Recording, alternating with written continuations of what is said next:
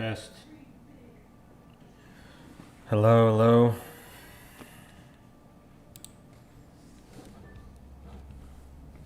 Hello, hello, hello. Dude, I don't even know if it's fucking working. Like,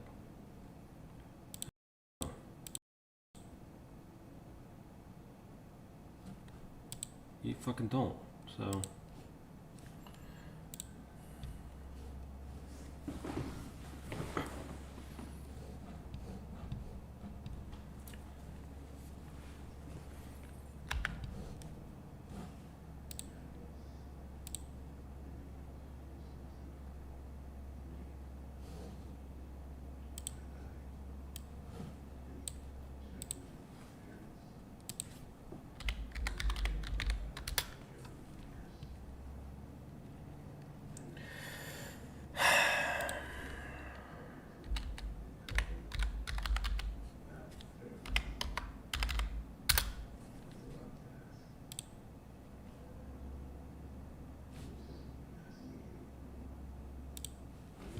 Test.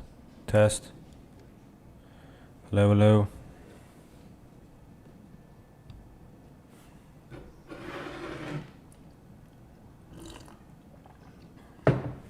Test, test, test. Wait. Test, test. Can everybody hear me? All right.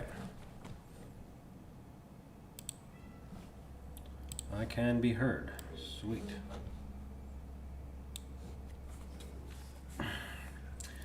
Guess I should fucking actually try to play, huh? Guess they don't show the green little bar anymore.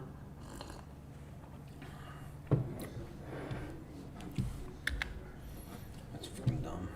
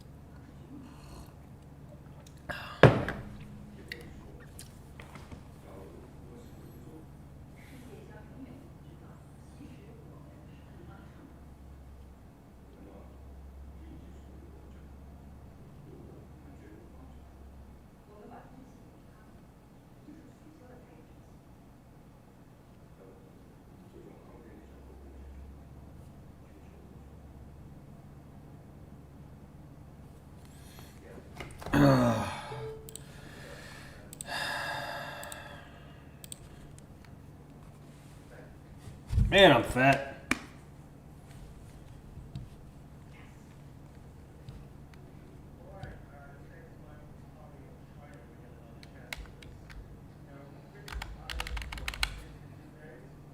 A little loud.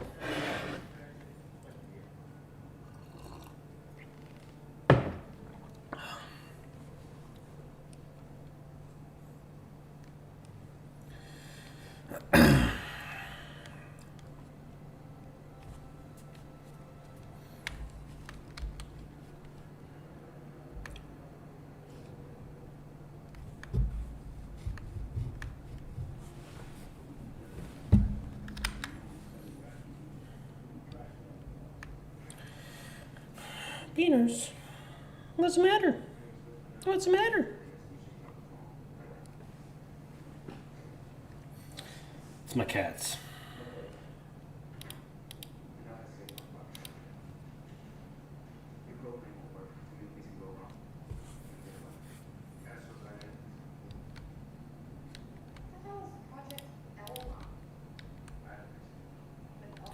Okay, coming here all alone because the Lemmy train is going to frickin' sea. Cool. Probably gonna die quick. Me and old boy right there.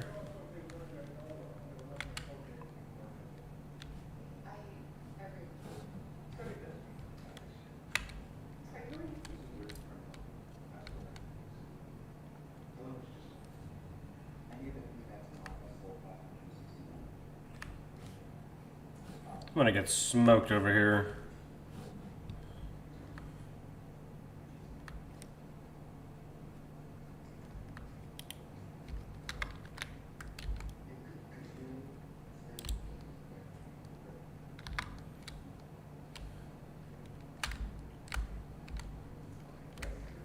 How is you shooting at, son?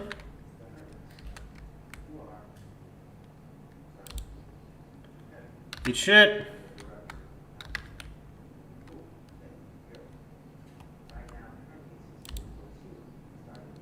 Don't eat shit. Don't eat shit. I'm sorry. I'm sorry. I'm sorry. Going away. I'm going away now. Going away.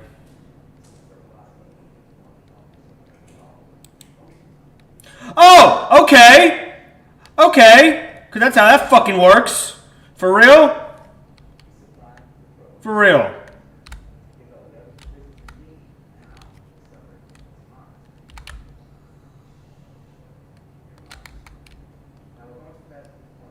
For real.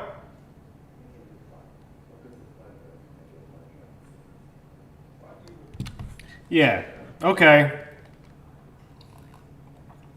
Because an R3 could take a fucking 76mm into the fucking wheel. Nothing happens.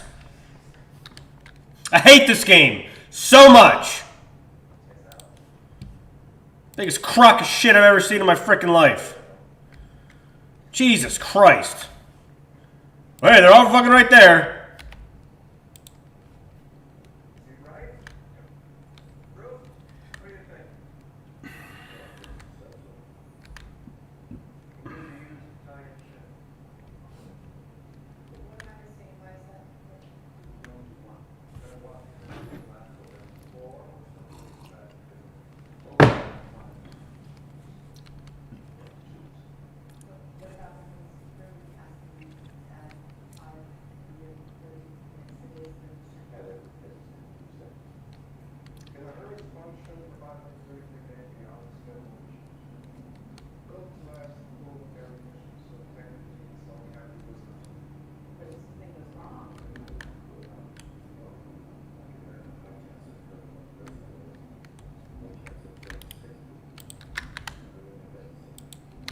Fuck out of here.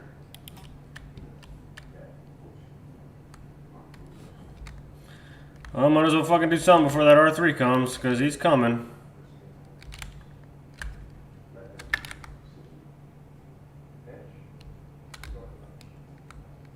Oh, okay. So, you know, you can't see, right?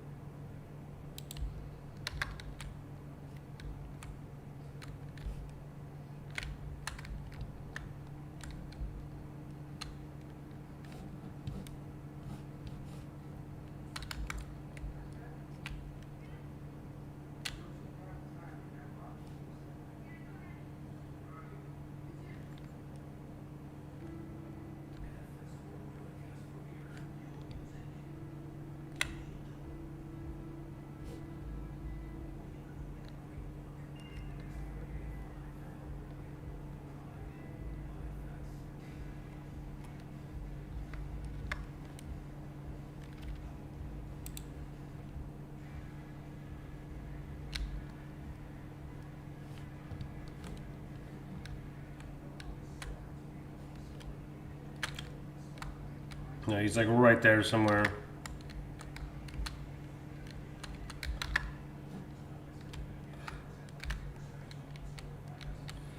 Yeah, fuck you.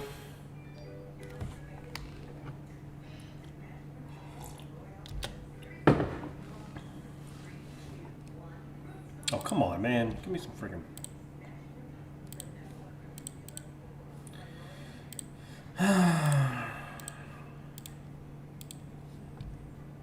I'm not going over there. I'm gonna stay here. I want to fight the good fight for A.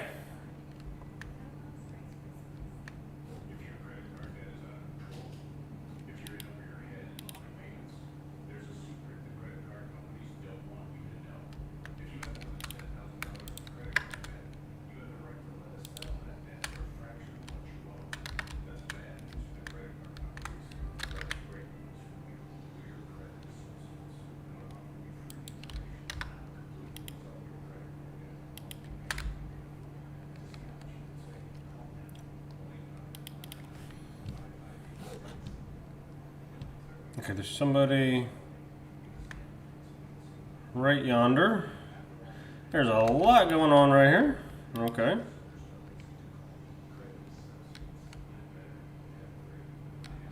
Oh, God, I don't have the good shells for this one. Oh, alright. Sometime today.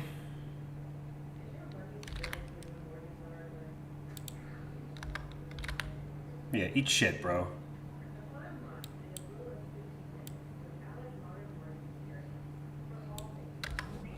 If I'm being a spawn camper. Trash. No! No! No! Don't do it! Don't do it! Oh!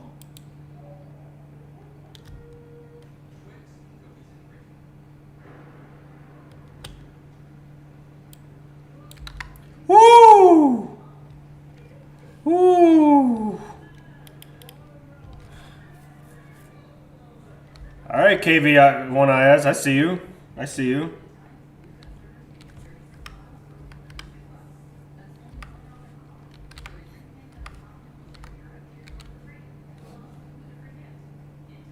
Probably gonna get clapped from my left, but whatever. I don't like these fucking people. They try to come all the way out over here. Oh, why are you backing up, bub? Don't do that. Come on now.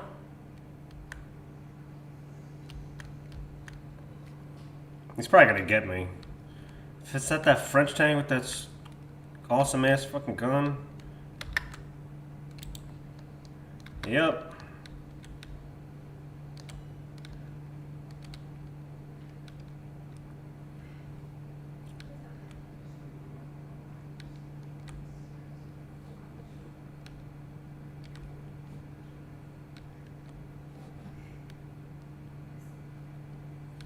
I'll put some ring around the fucking Rosie here.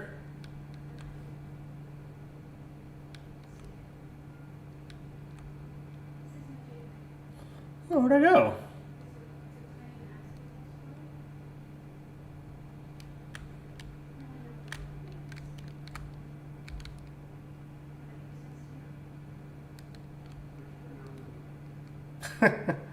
Where'd he go? He's still gonna be faster than me if I can catch him on the hill.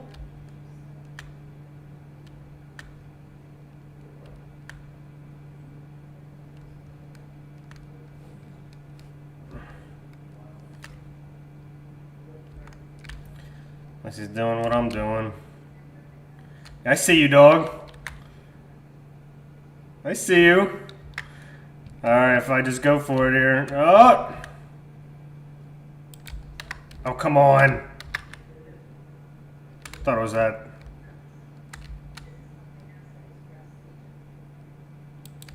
Ha! Motherfucker! Oh. Oh well. Give a shout out.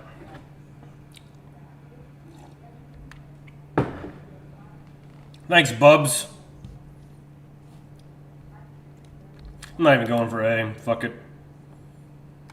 Oh. Oh.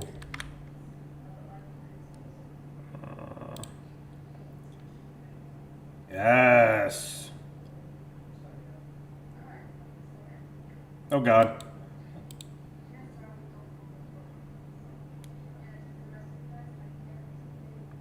He's gonna hit me, though. He's gonna get me. What?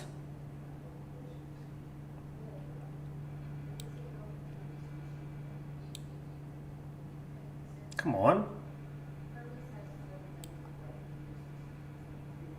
Come on, get a hit. Come on, get a hit. Kind of wanted that kill, but alright. Man, I look fat in this camera.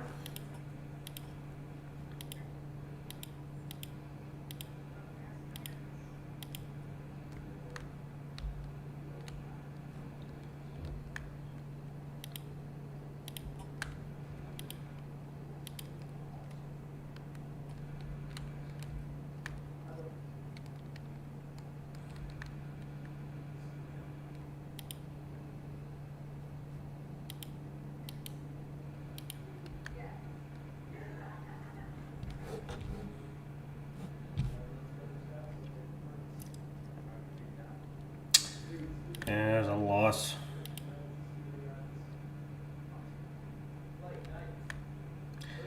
Oh, somebody in here with me. Hmm.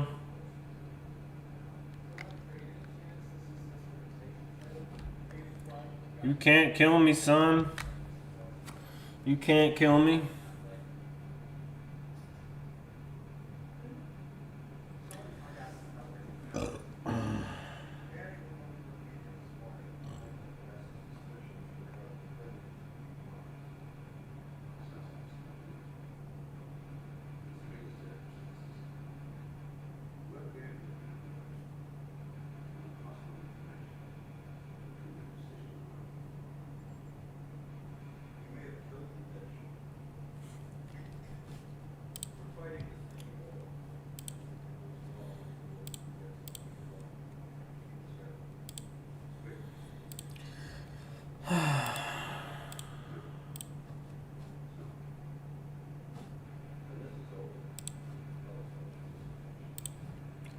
Literally already tired of War Thunder. Like,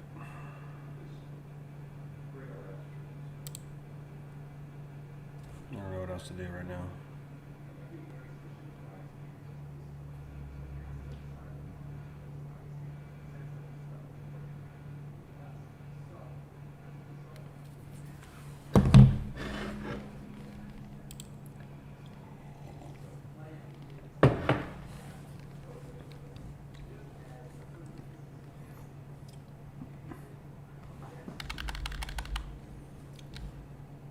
Oh, I didn't want this fucking auto camouflage. God damn it, man. It's so ugly. It's like fucking throw up.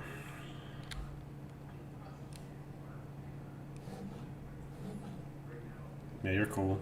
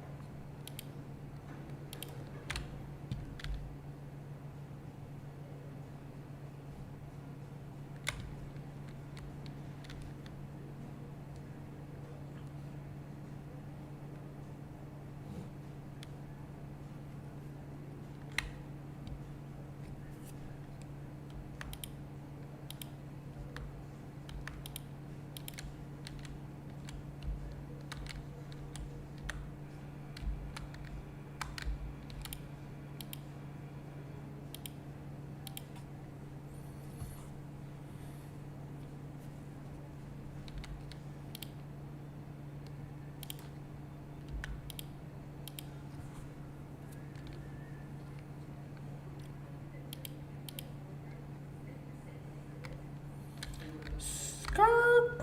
Oh, I turned too early.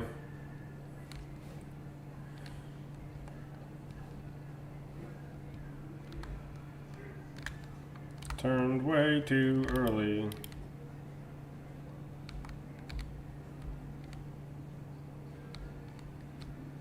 I see you.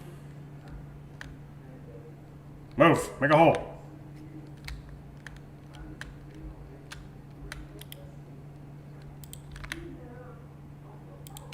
That was not smart, bub.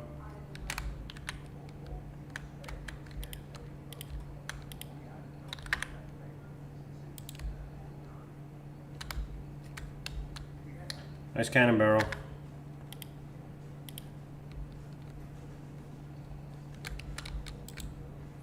Oh, okay. Oh, God. Oh, God. Oh, God. Get out of here. There's another one.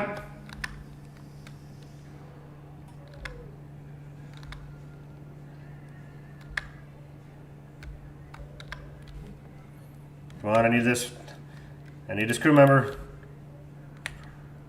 Alright, well, he can't get around me, so.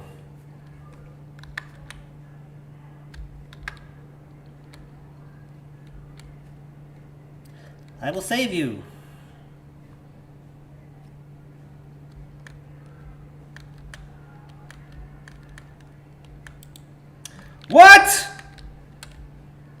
Hello.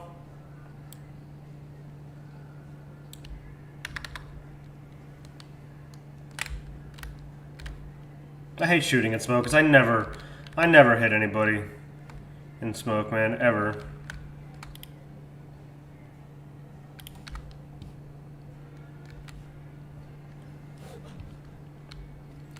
It's a hard push, tell you that, man. I'm going high.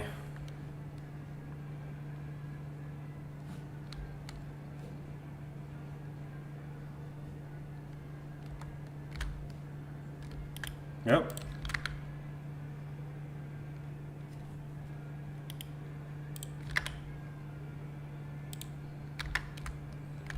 Saw that coming. There's another one.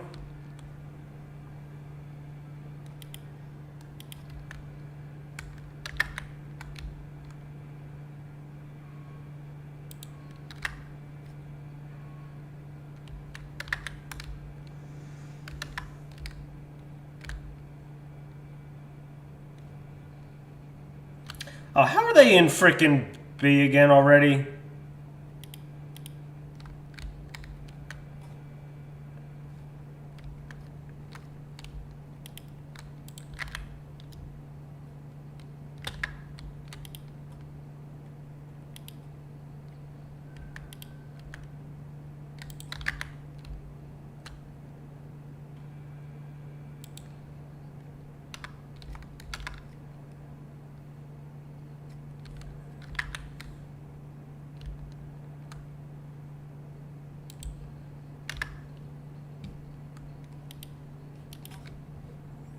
Whatever. Just get as many kills as I can, I guess.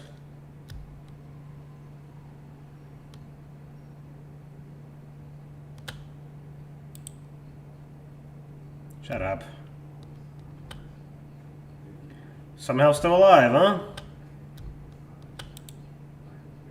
Somehow still alive. You know, because that's how it fucking works.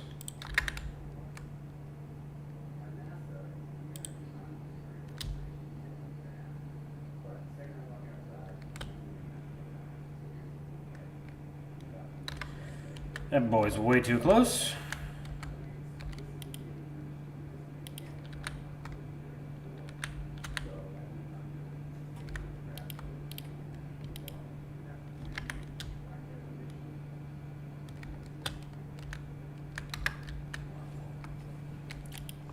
Couldn't give me the kill, huh?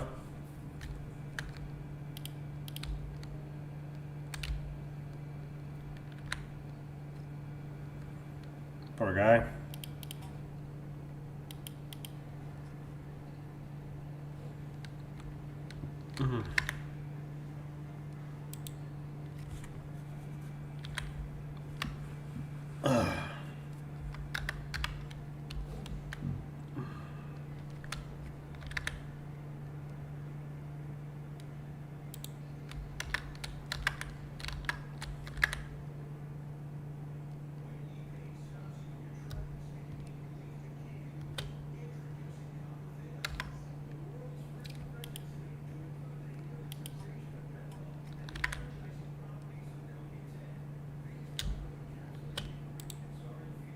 Really?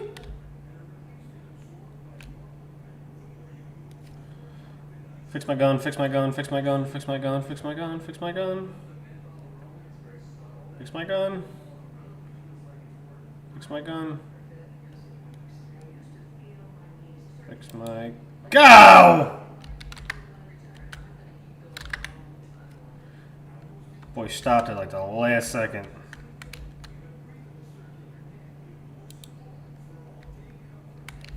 Ah!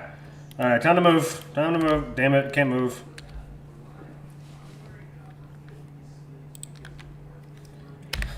I will go down to fighting.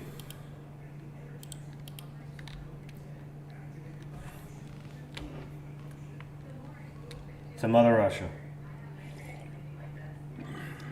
Fucking communists. But it's okay.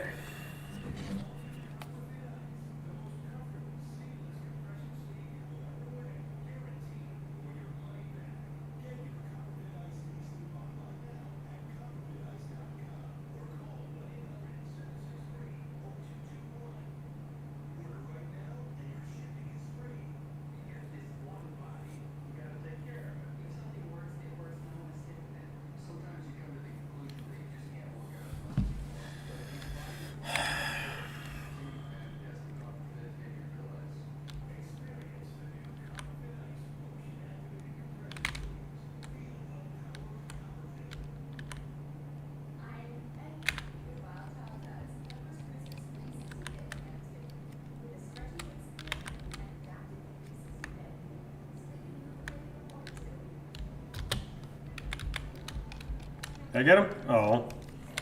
Somebody took him from me. Want to become famous? Buy followers and viewers on blah blah blah and some sketchy link. That's so funny. I do want to become famous, but I don't want to buy followers and views on sketchy fucking links.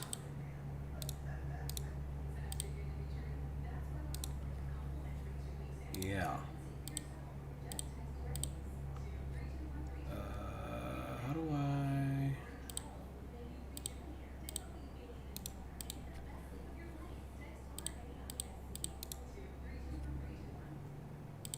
No, how do I freaking... Yeah, you're banned. Cause you're trash, cuz.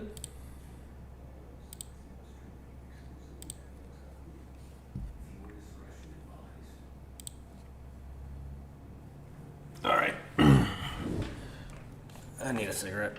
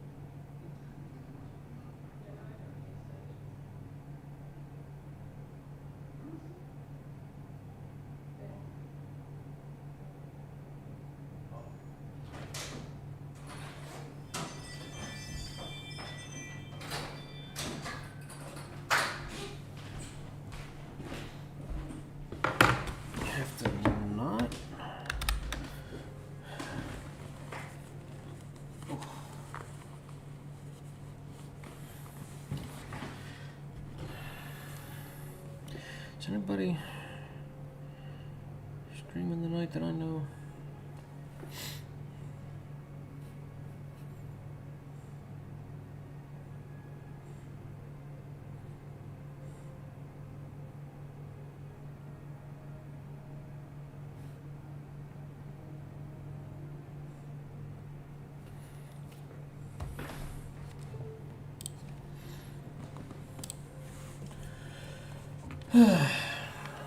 Guess no origin in it. I wish I would have recorded when I killed him on my stream. That would have been cool. I like the guy. He's an awesome streamer. A little angry. But, you know. I killed a popular YouTube War Thunder streamer. Oh my god! And then I think he bombed me.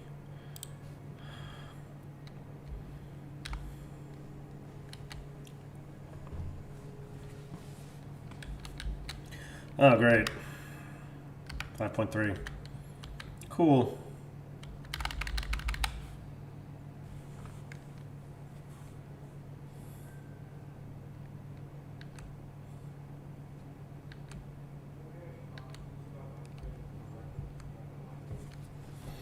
I need to see something real quick, actually. Someone.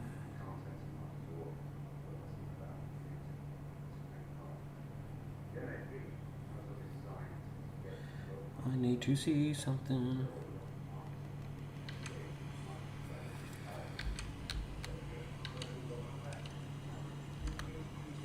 Can you hear me, Dave? I need to see something real quick, actually. Alright, that just did it. Okay, cool. That's all I need to see.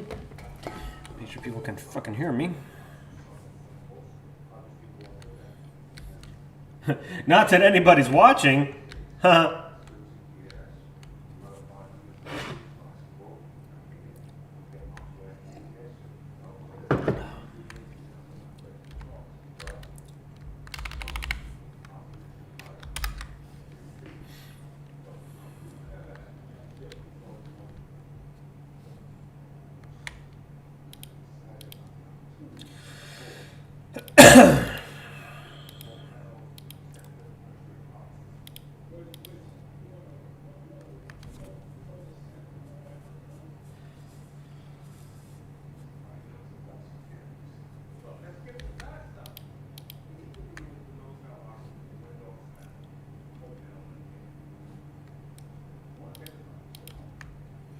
Yes, yes, yes.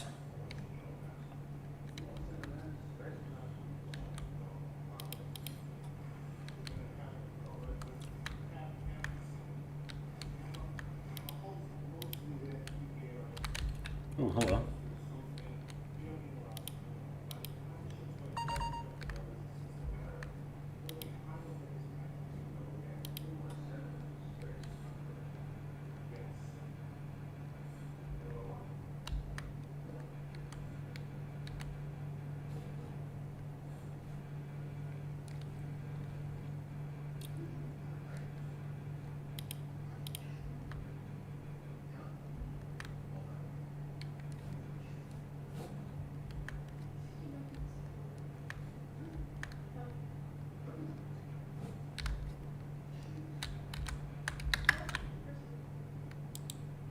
Oh, cool. You know, because that's how it fucking works. Right to the barrel. Yeah, I'm dead.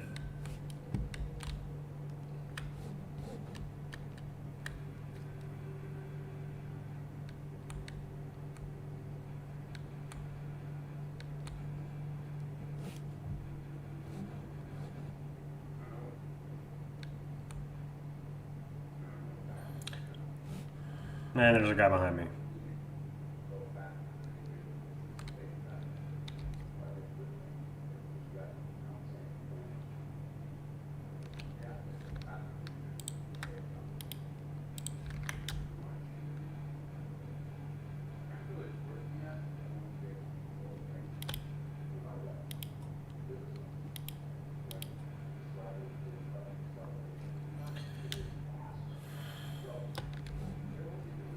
Still alive. Still alive. Took y'all long enough.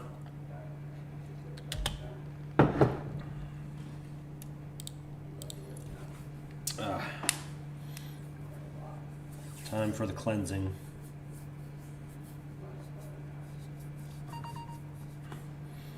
I have to cleanse C.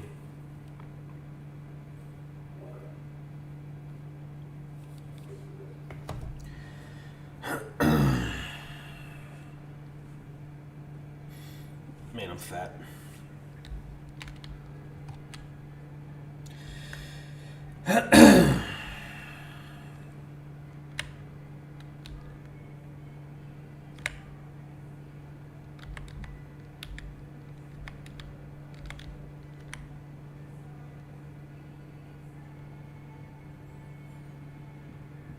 I gotta get this guy away from the back of the seat before he kills like the whole fucking team. Now where is he even still here? Whatever, I'll just go for you then.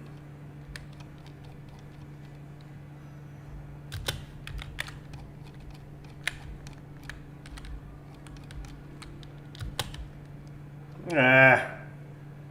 Come on! Hold it! Hold it! Oh. Crash landing? Crash landing. Still alive. Still alive. Still alive. No, still alive. Still alive. Oh.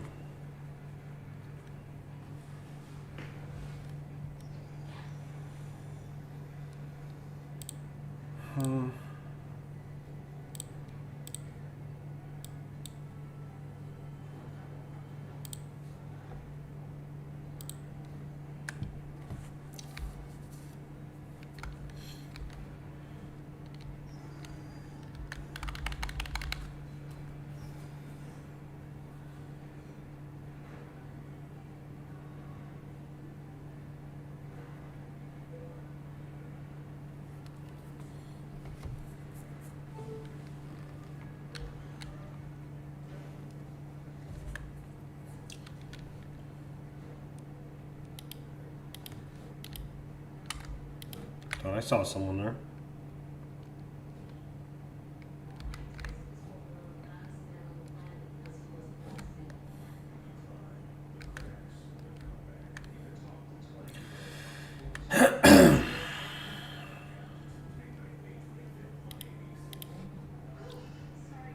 Hate those cigs.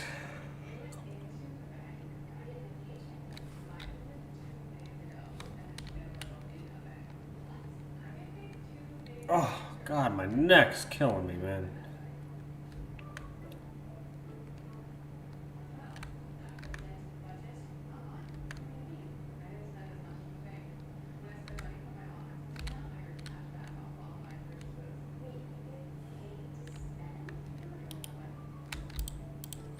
Freaking Panther. Jesus Christ.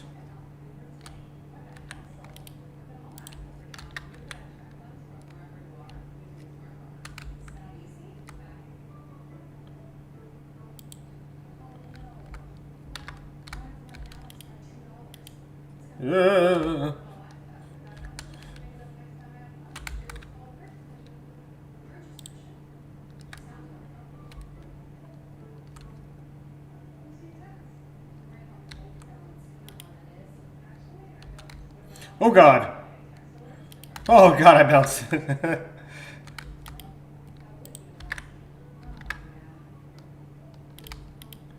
Eat shit. Whew. How did I bounce that shit?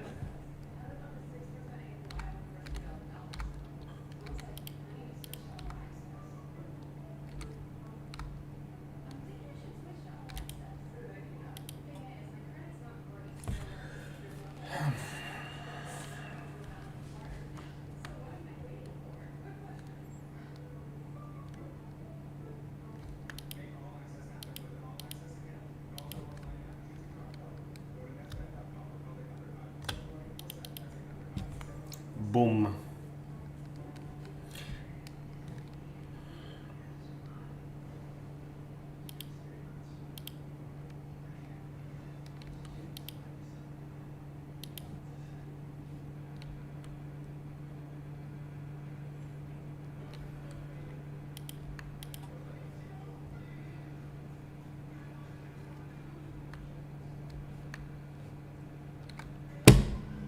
Really?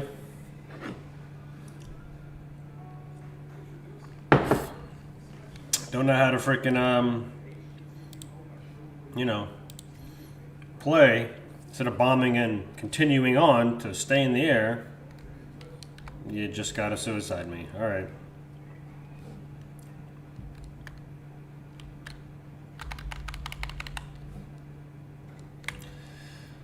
Game's gonna be fucking over by the time I get over there. Ugh.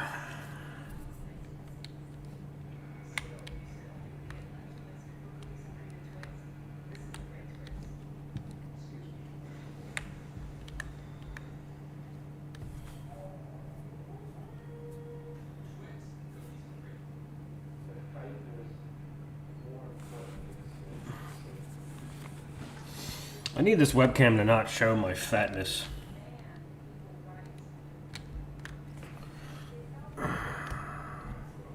There we go. Success.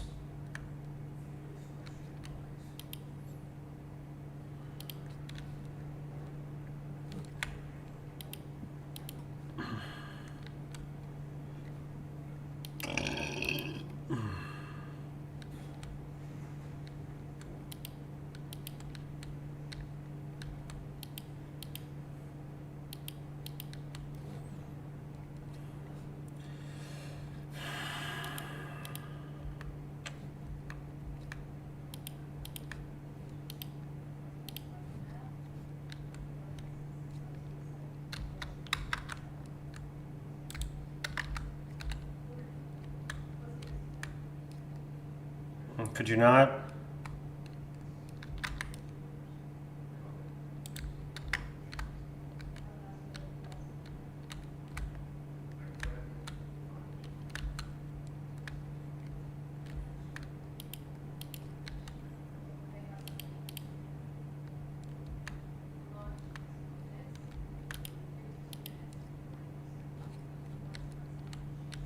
What's that thing? Is that 30 millimeter you were shooting me with? I don't think so.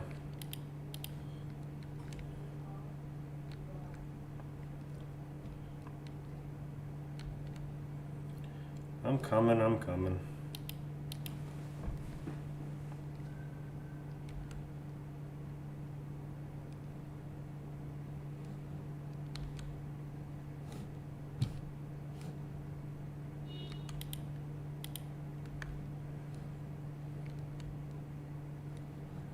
Everyone's saying like please and thank you.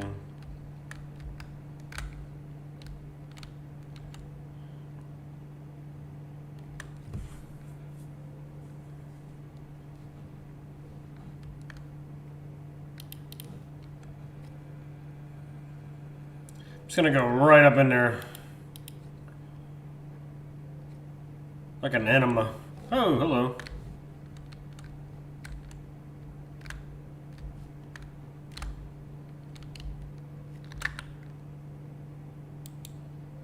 Oh, gay. Gay. Spawn protection. Gay. Don't do it! Don't do it! Yeah, still alive.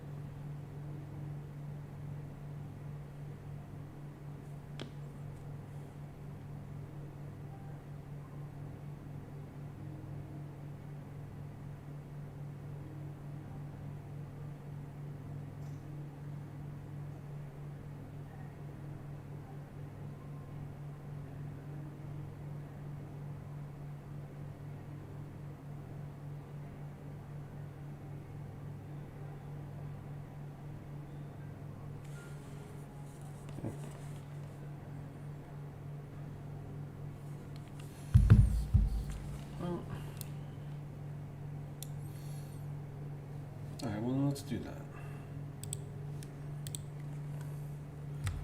We'll change this.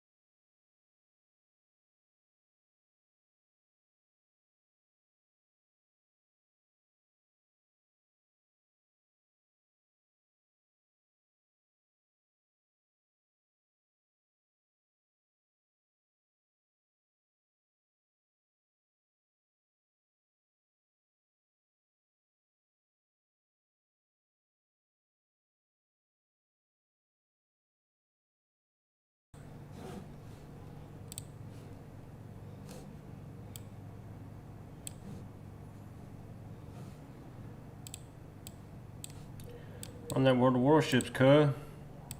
Oh, come on, I don't want... Really? What are you doing? What are you doing? What are you doing? What are you doing?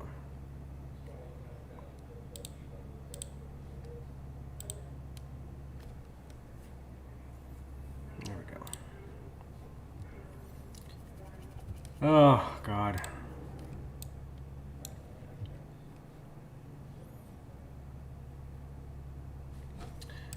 What about...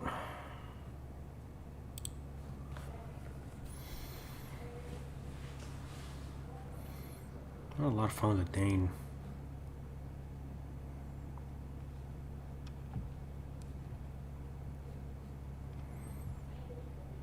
God, British battleships had such cool names.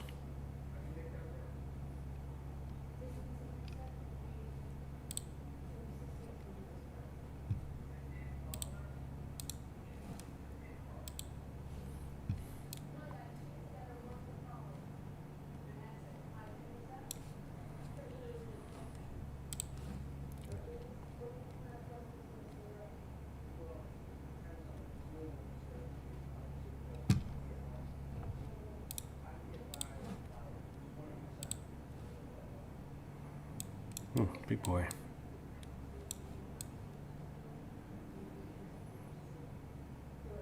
God damn. Alright. Launched that thing for Japan because reasons. And I need to... I thought that was big call. That's whatever you want to call it. Ioba. What are you doing? What are you doing?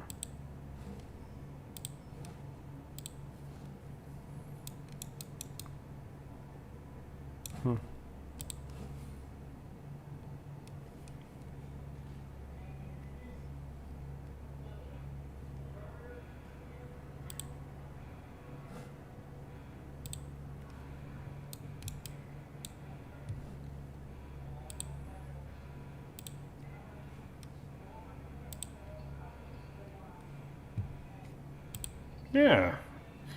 Let's get this bitch.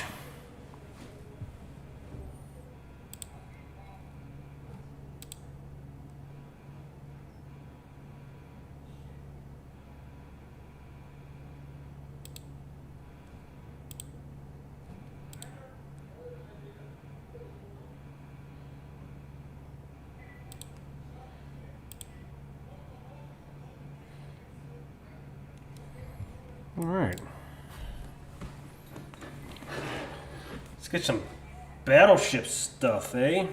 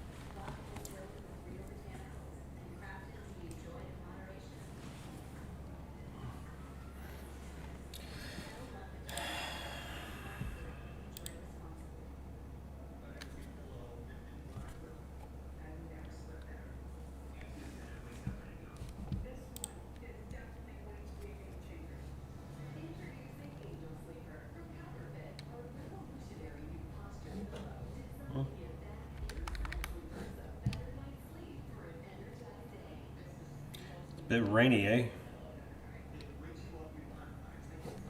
Alright, I'm gonna go this way.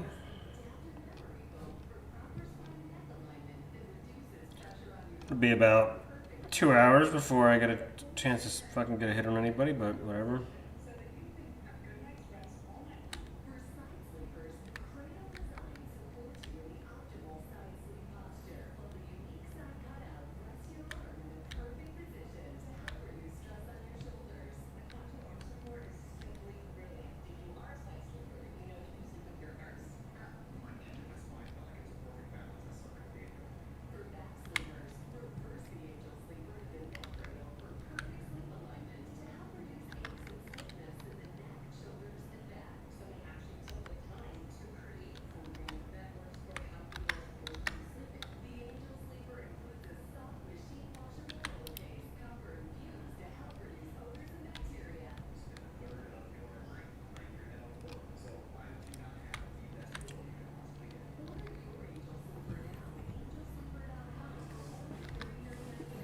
This thing's got like no range, dude. Wow. You gotta get close.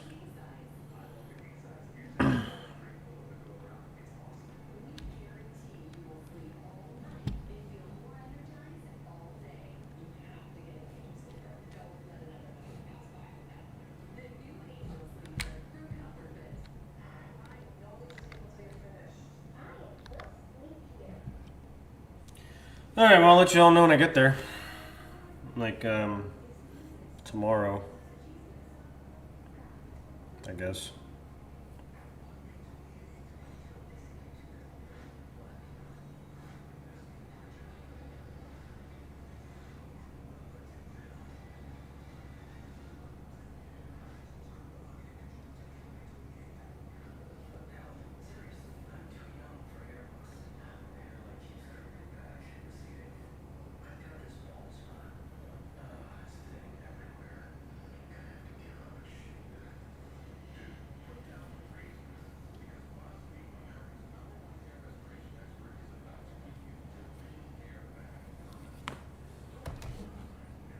Uh-oh. Uh-oh. Uh-oh. Turn, you bastard. Turn. Turn, you bastard. Shit. Alright, might be taking one hit. Oh god, thank jeez. There's a little... Woo!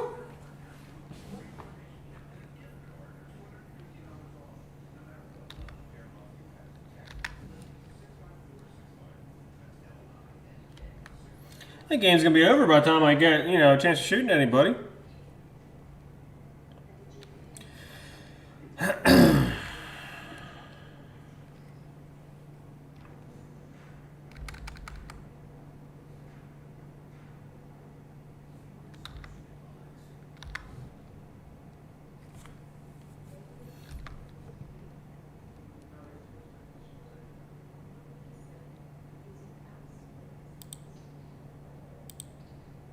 Not gonna make it over. Not gonna make it over. You would think.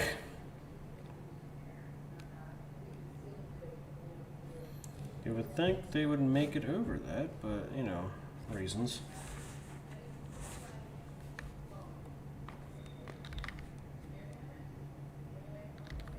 No.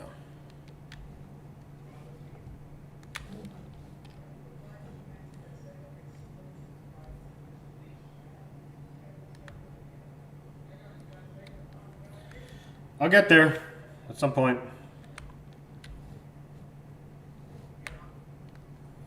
There we go. Oh, it's you. Oh, cool. Yeah, hit the thing.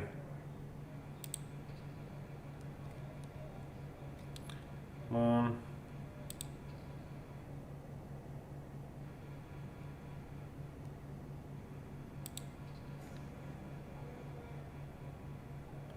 And we're short.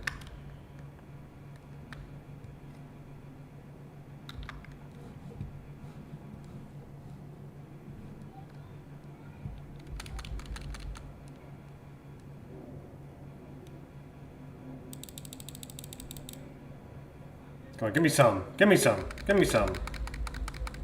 Ricochet. Oh.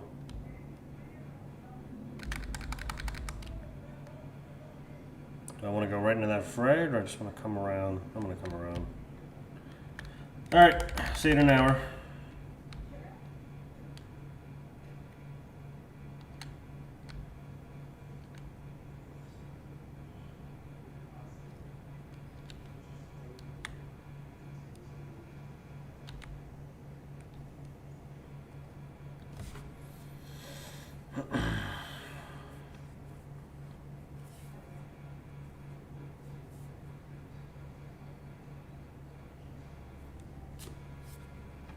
Like I said, this should be over by the time I freaking get around these islands. Shit.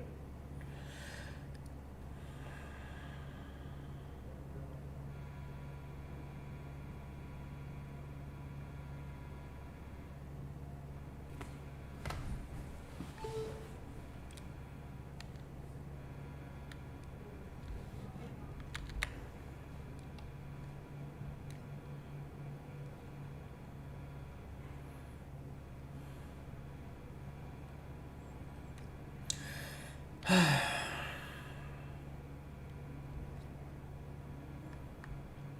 on now, give me some. Damn.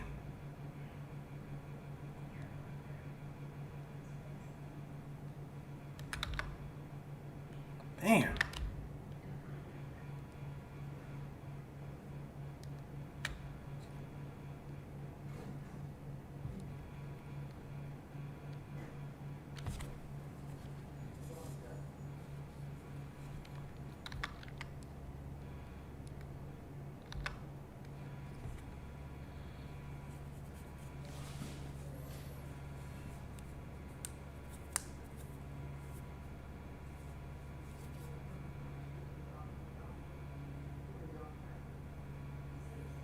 Kinda all alone.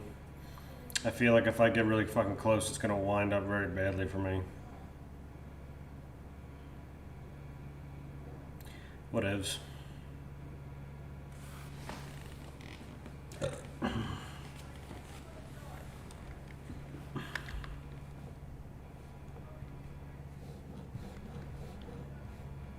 Hey, baby girl. Oh, you're dead. How did he get that close to him? Come on, kill him. Kill him, come on. Torpedo his ass. Torpedo his ass. Come on. Come on. Come on. For real? Oh, great, now they're all gonna be fucking focused on me. And I miss. And I miss. Oh my god, I'm fucking dead. So dead right now.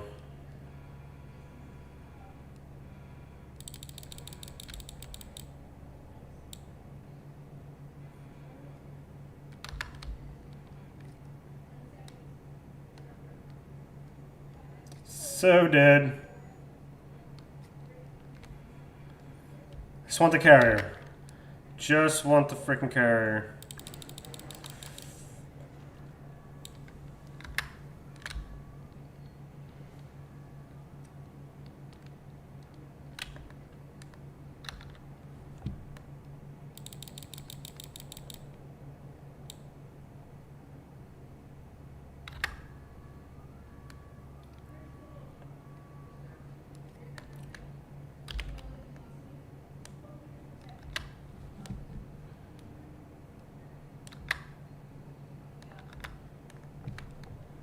Yeah.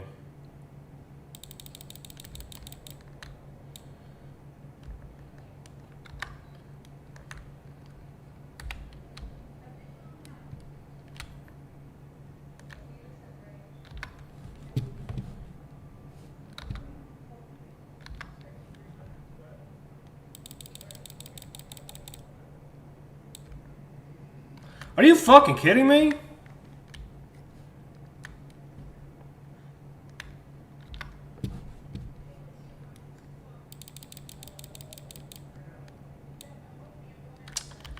Yo, that is bullshit.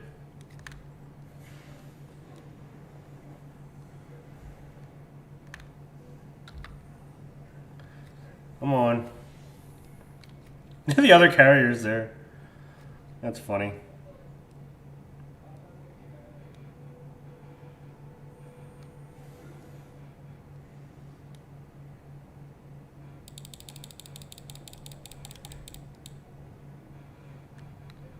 Bitch.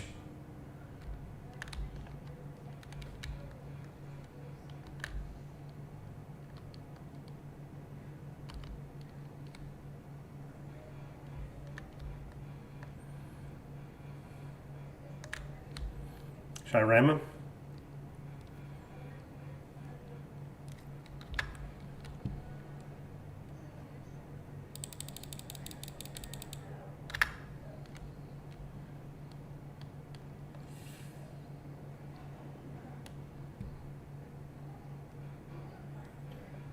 Going for the ramp! You hit me, dog. Ha! I got hit with some torpedoes.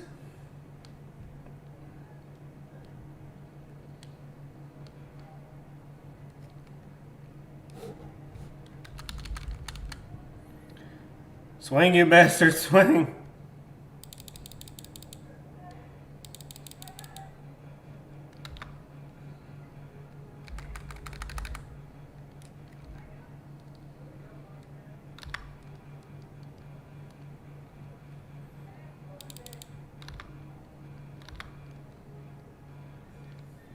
Ah!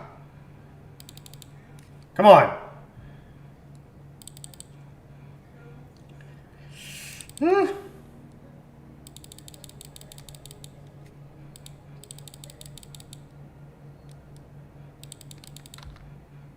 No!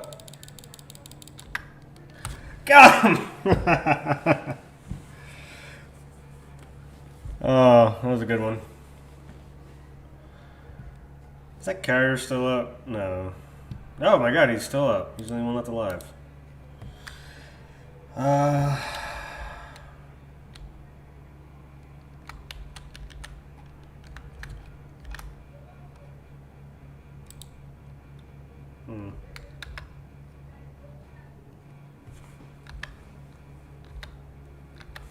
I'll take it.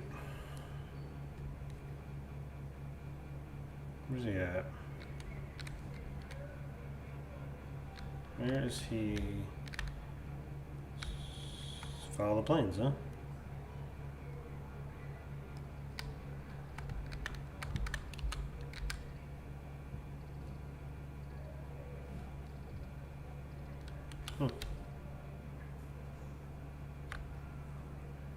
That's stupid, it won't show you where the enemy's at.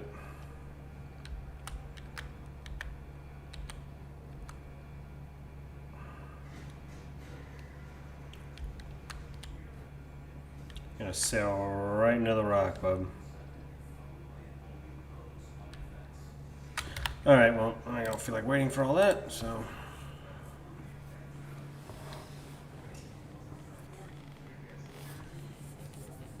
Oh, now I can't freaking play. I hate that shit. I hate that stuff so much.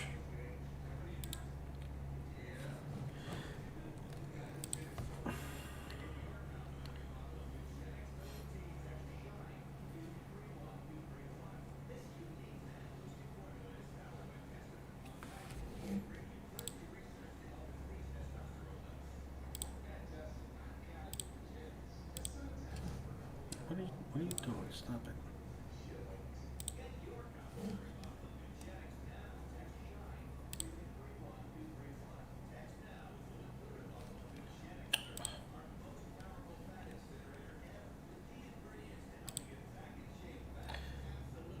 Oh, come on. Why? How come it does that? And like, I just try to check the chat and it kills my screen. It makes no fucking sense.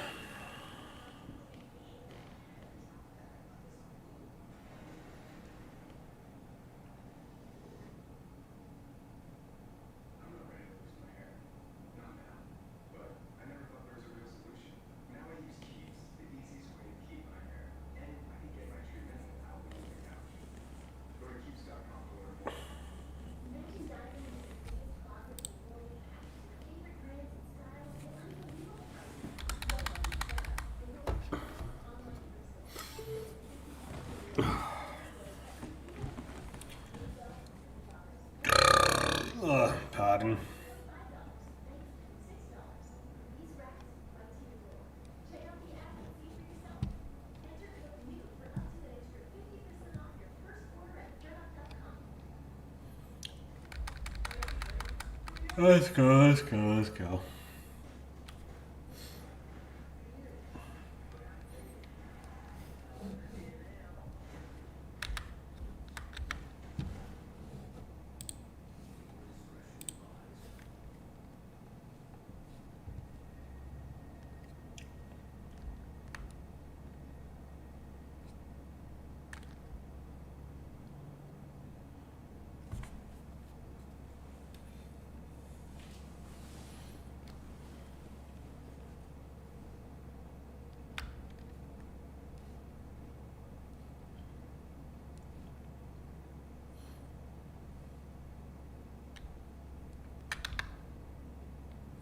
Ain't that little?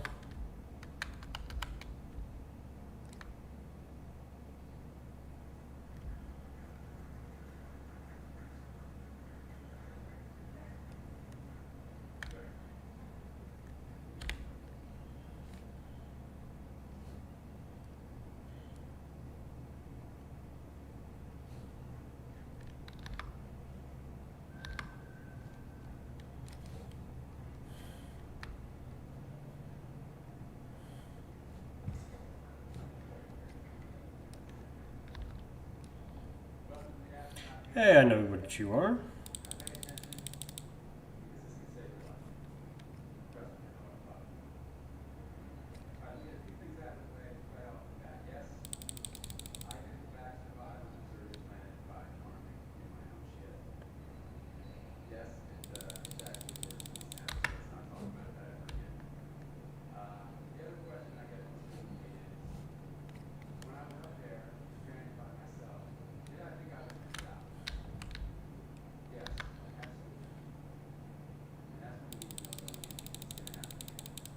I'm gonna miss.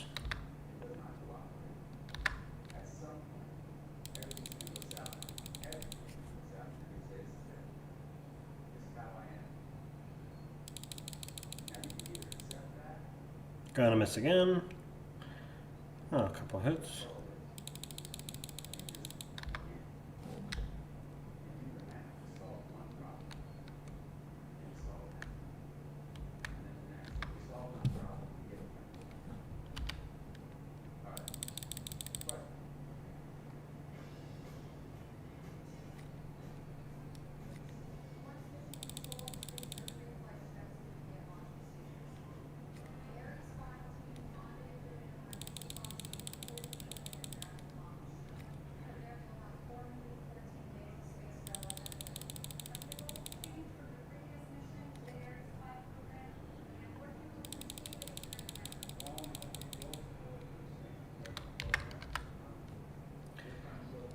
Gotcha, bitch.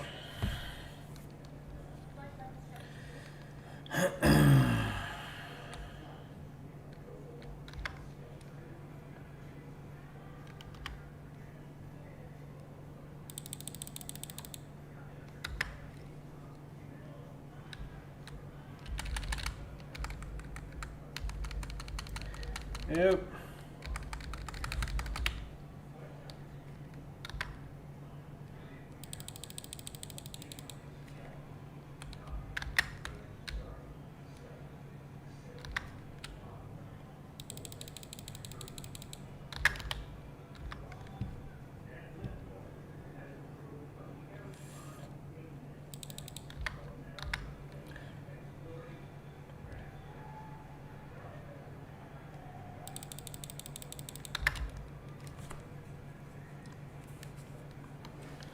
Non-penetration, okay. If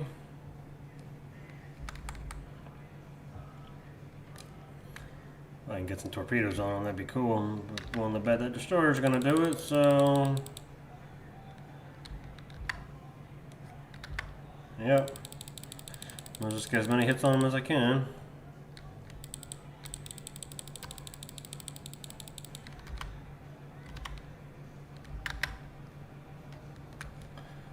Ow, that was painful to watch.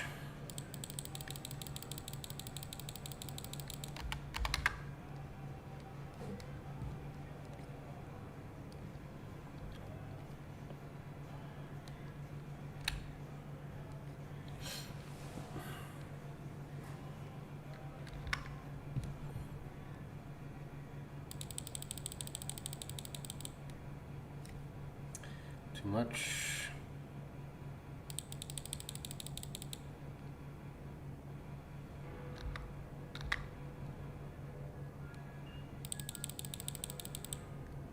Really?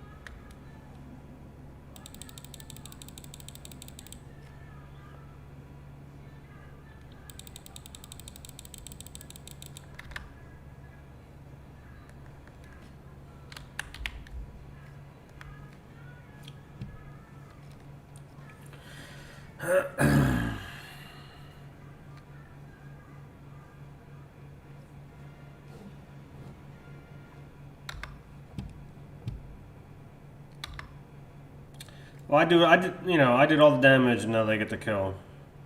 Yep. Go figure.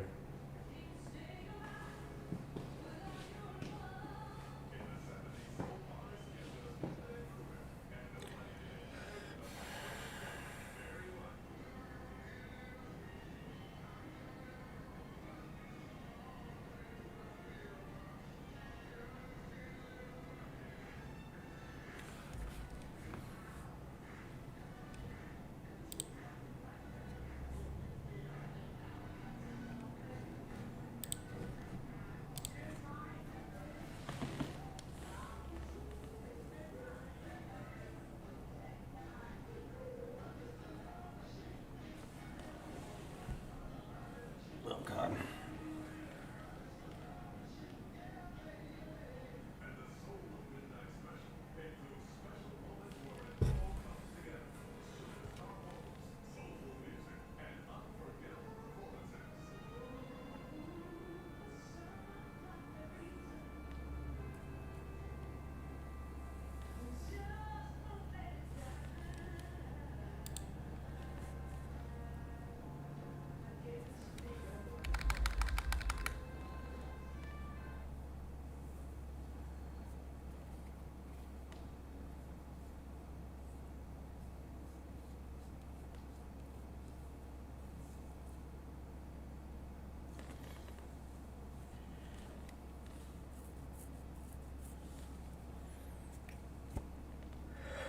Oh,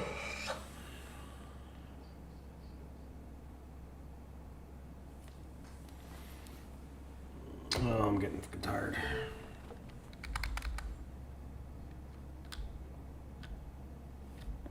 How do I say eat a dick?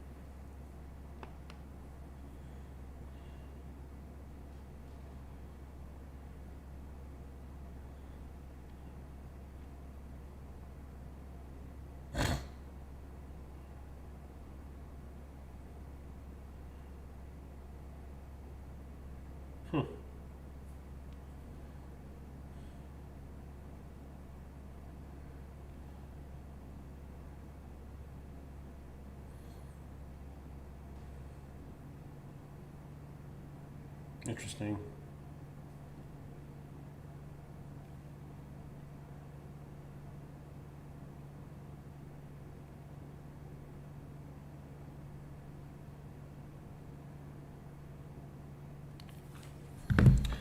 All right.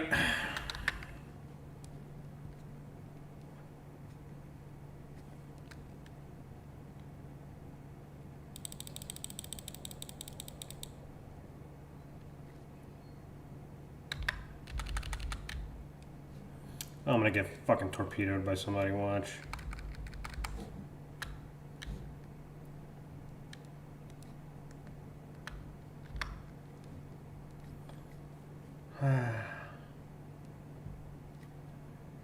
If I can just hot this fool.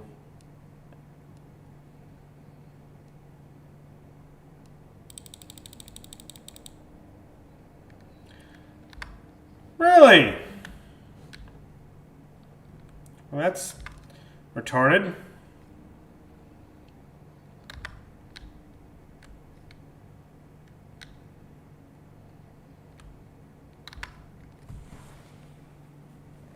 Come on, kill him. Jesus Christ, people.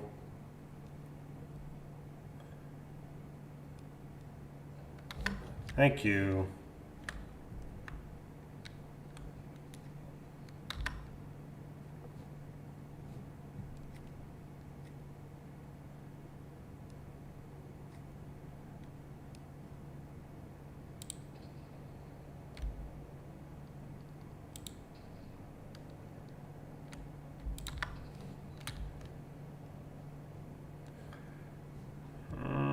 Turn, baby, turn, baby, turn, baby, turn.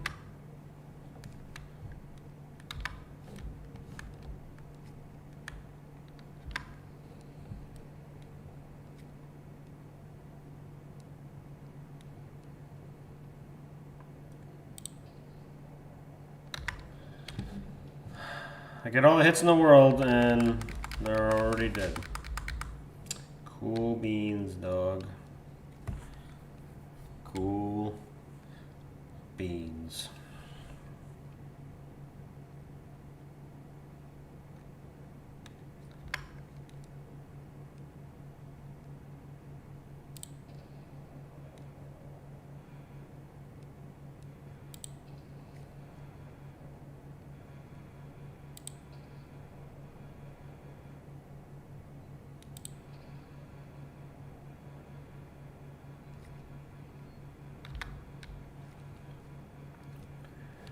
These things are inaccurate as fuck.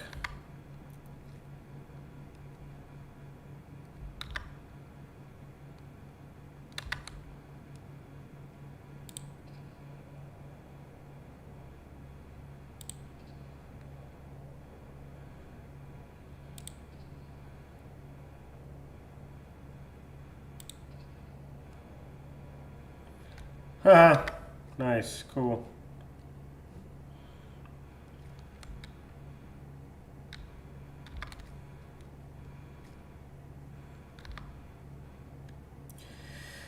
Hey.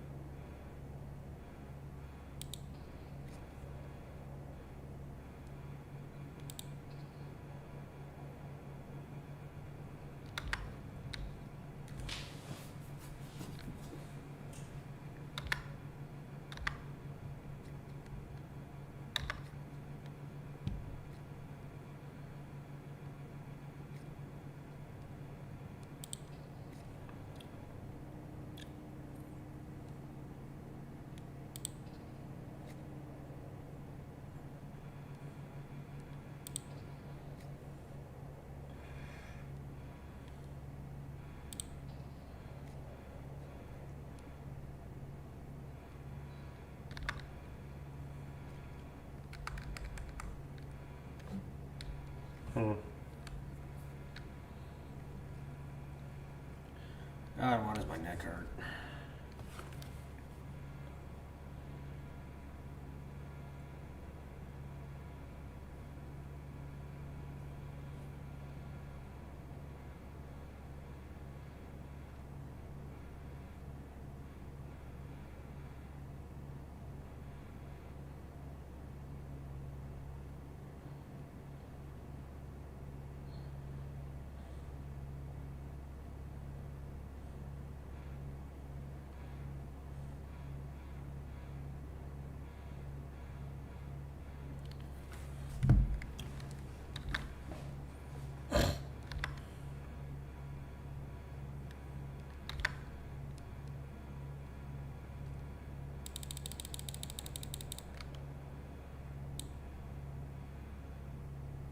Oh, come the fuck on, dude.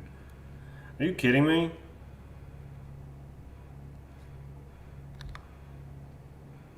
Man, that is some bullshit. Straddled the shit out of him. You know, just the shell needed to scrape the paint and the thing would have blown the hell up. But no.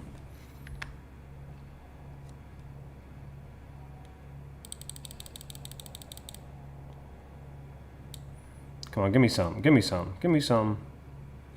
Ricochet. 12-inch shell, ricochets. That's cool.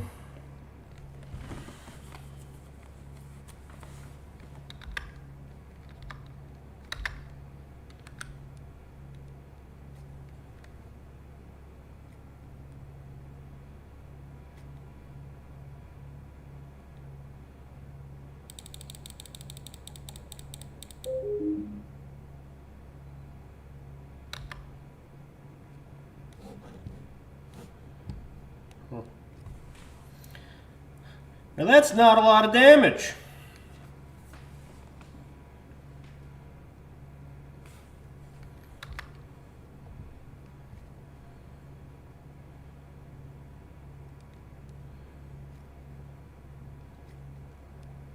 Hello, baby.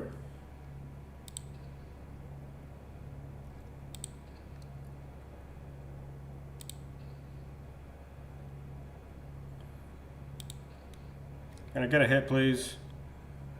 Thank you.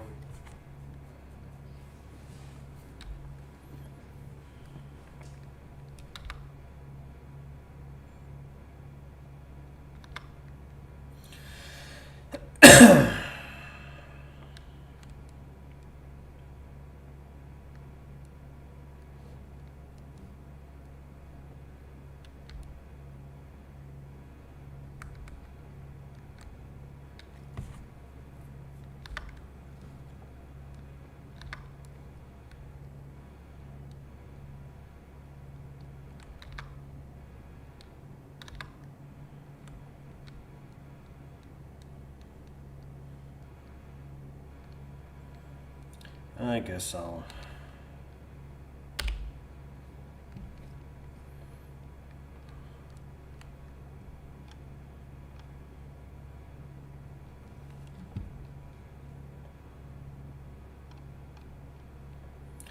Oh, it's like there's like repair sparks. That's funny.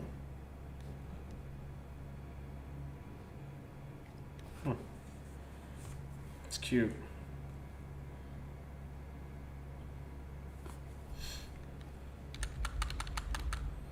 You know, he's in our fucking spot. Maybe I shouldn't leave. Because, yeah.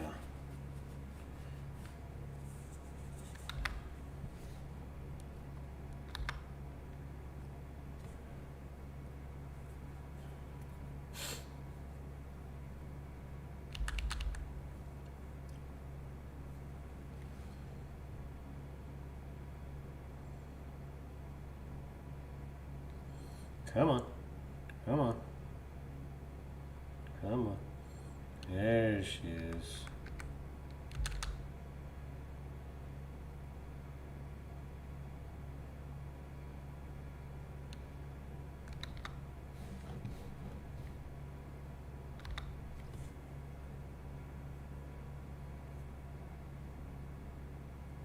We're about to fucking lose the game. Are we? I honestly don't remember. Yeah, he's like full health, so... Yeah, I'm staying right the fuck here.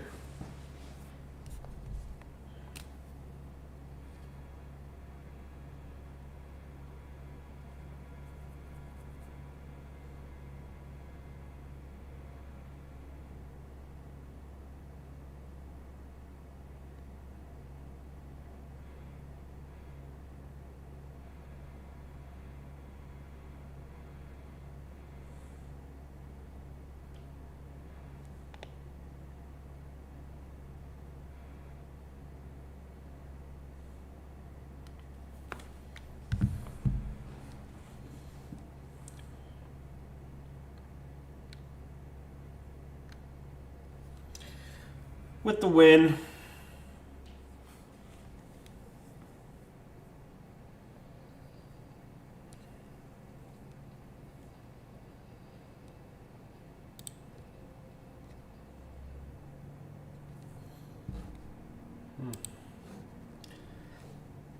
Oh, excuse me.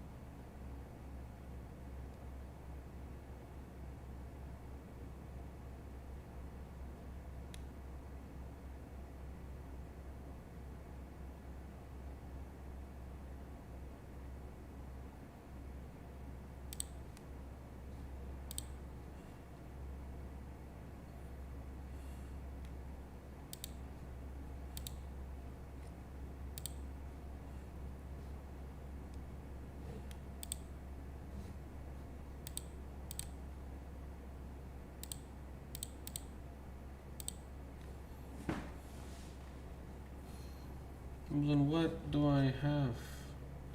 Yo.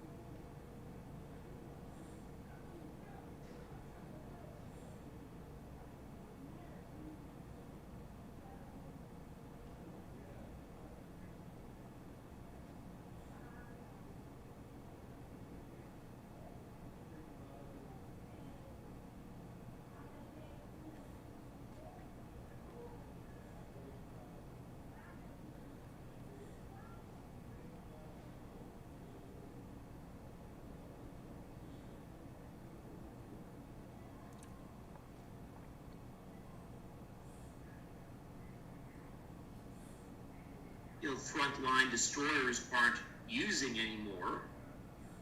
Okay. So, you can use the older torpedoes up on.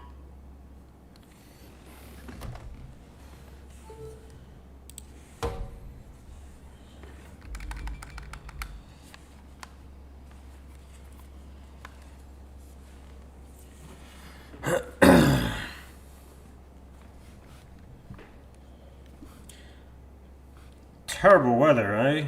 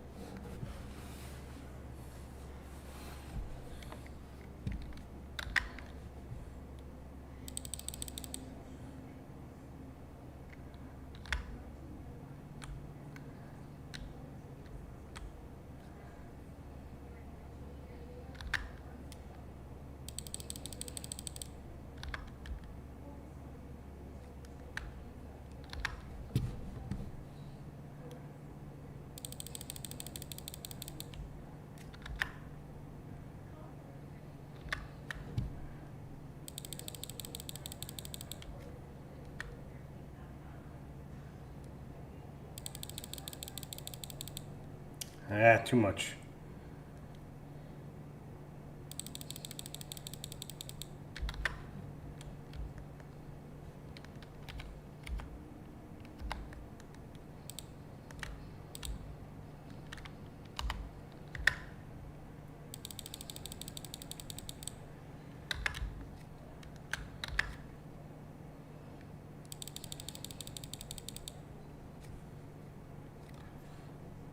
Come on, give me a hit.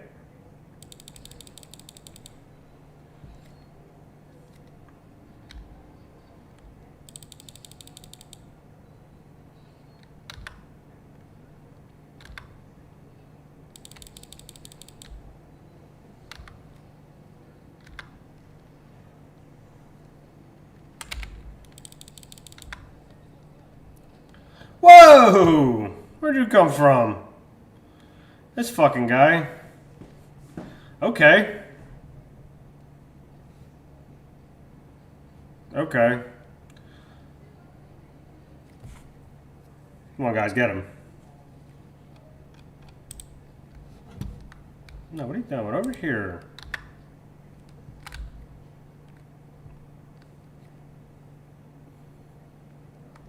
Yeah, eat shit, motherfucker.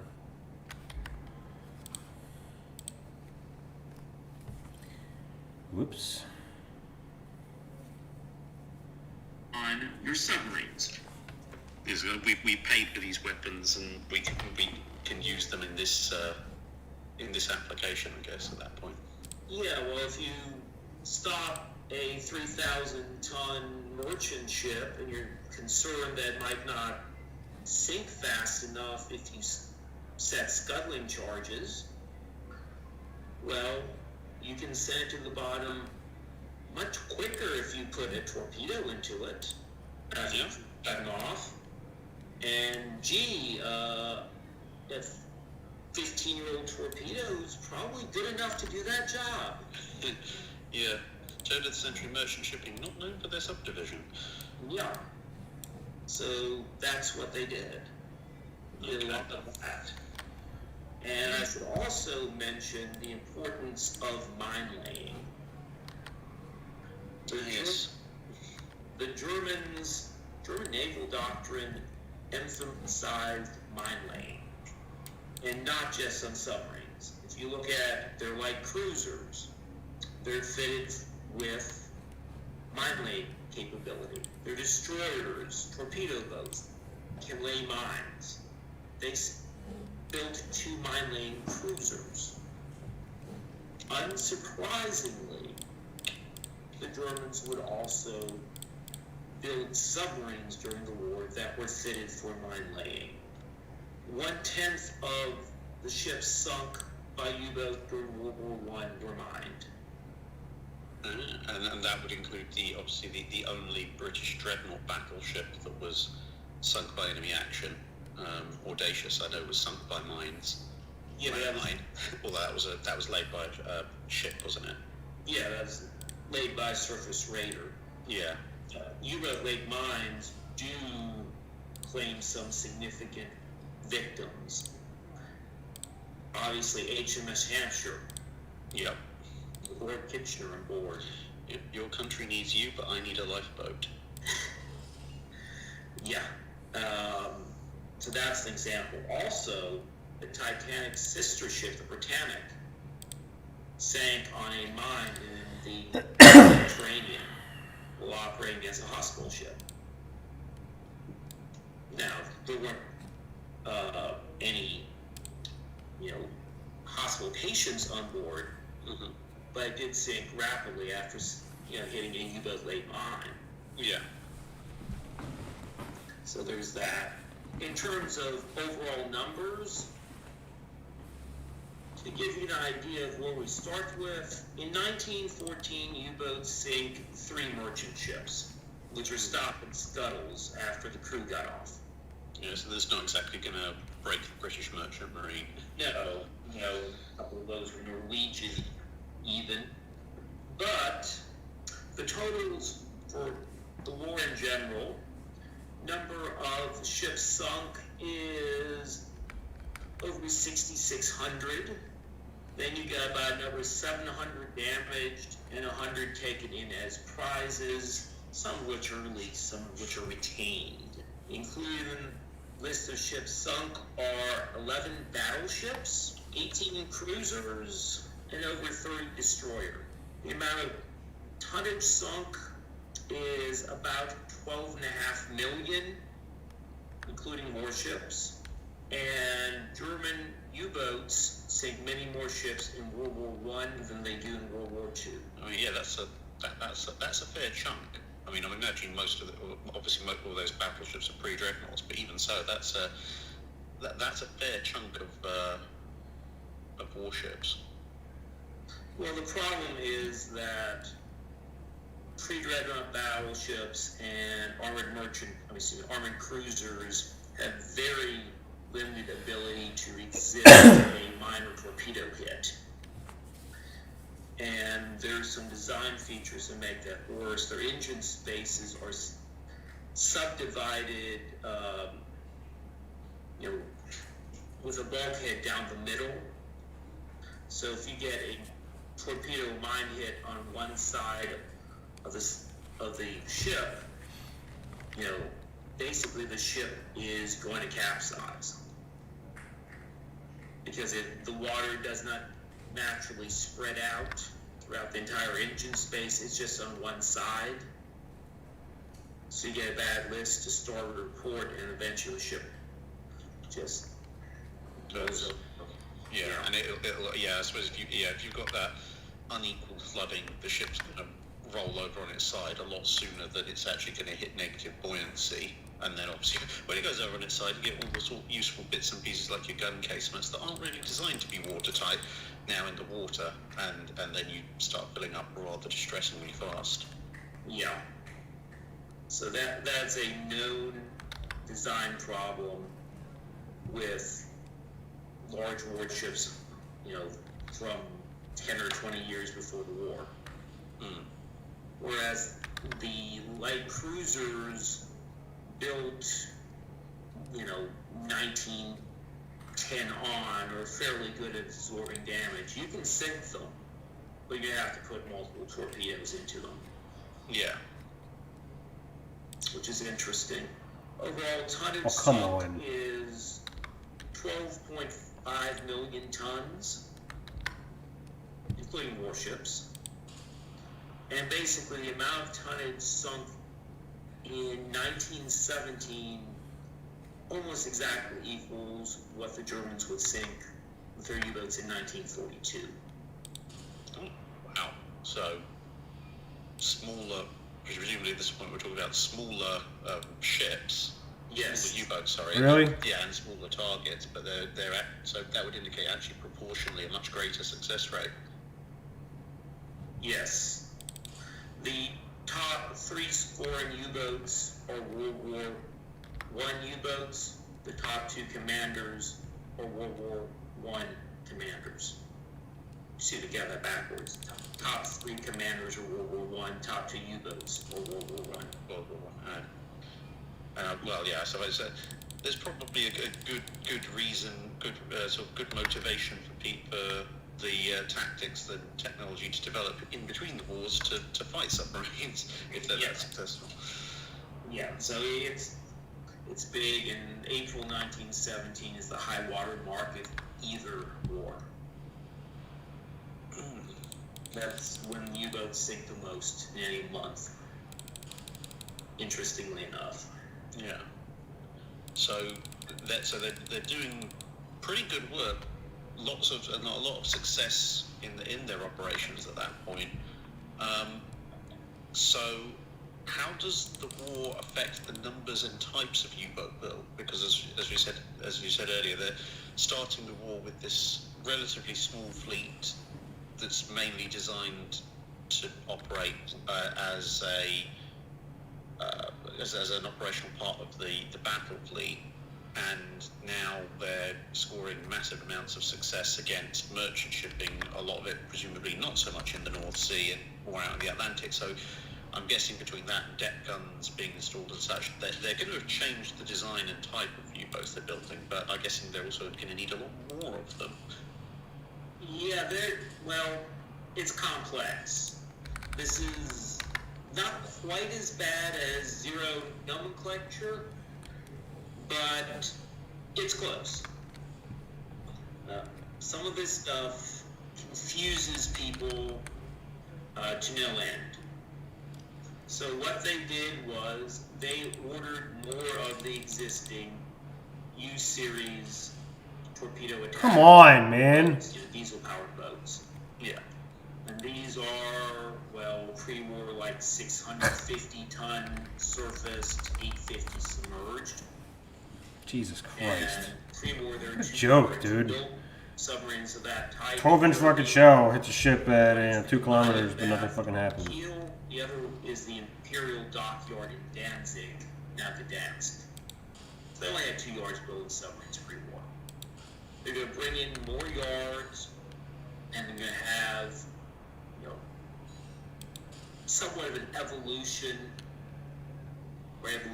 approach to the larger U-series boats, without getting too much into the weeds. I mean, they're all those U-series diesel boats are relatively similar in their capabilities. Stupid. Some of the later ones have 4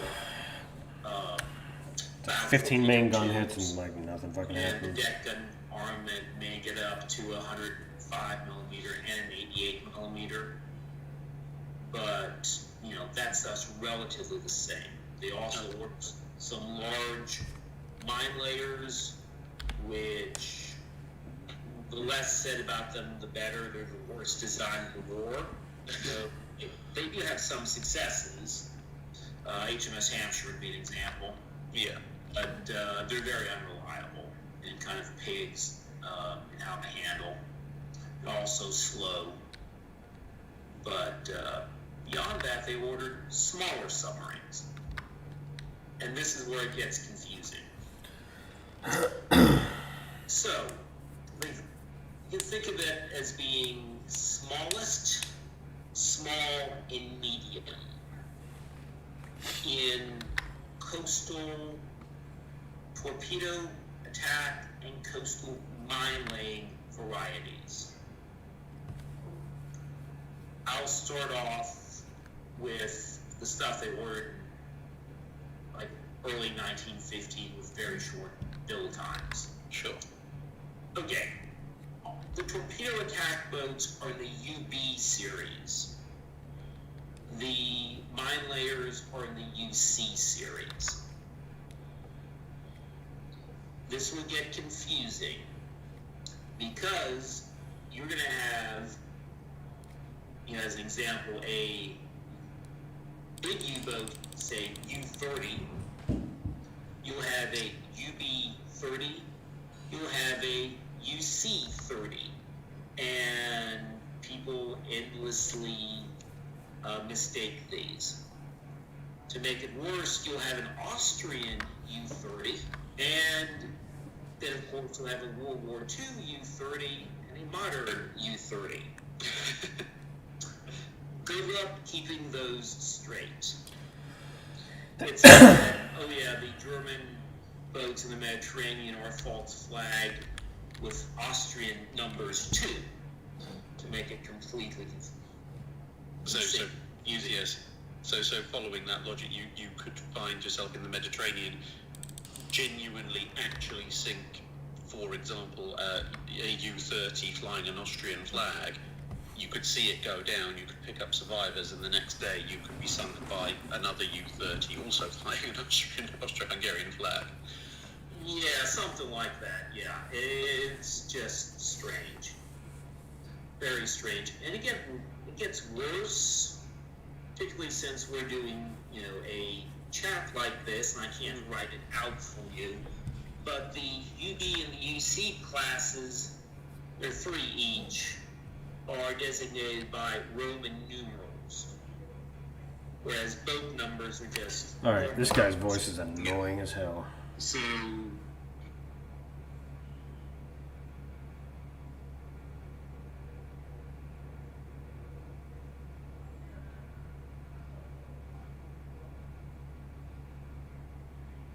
Oh no, that movie's long gone, like the original ending to Grease.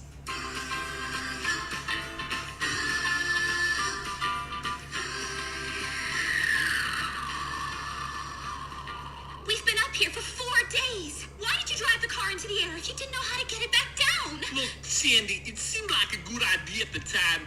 Obviously, I didn't think ahead. It's so cold. Let's cuddle together for warmth. I'm warm enough.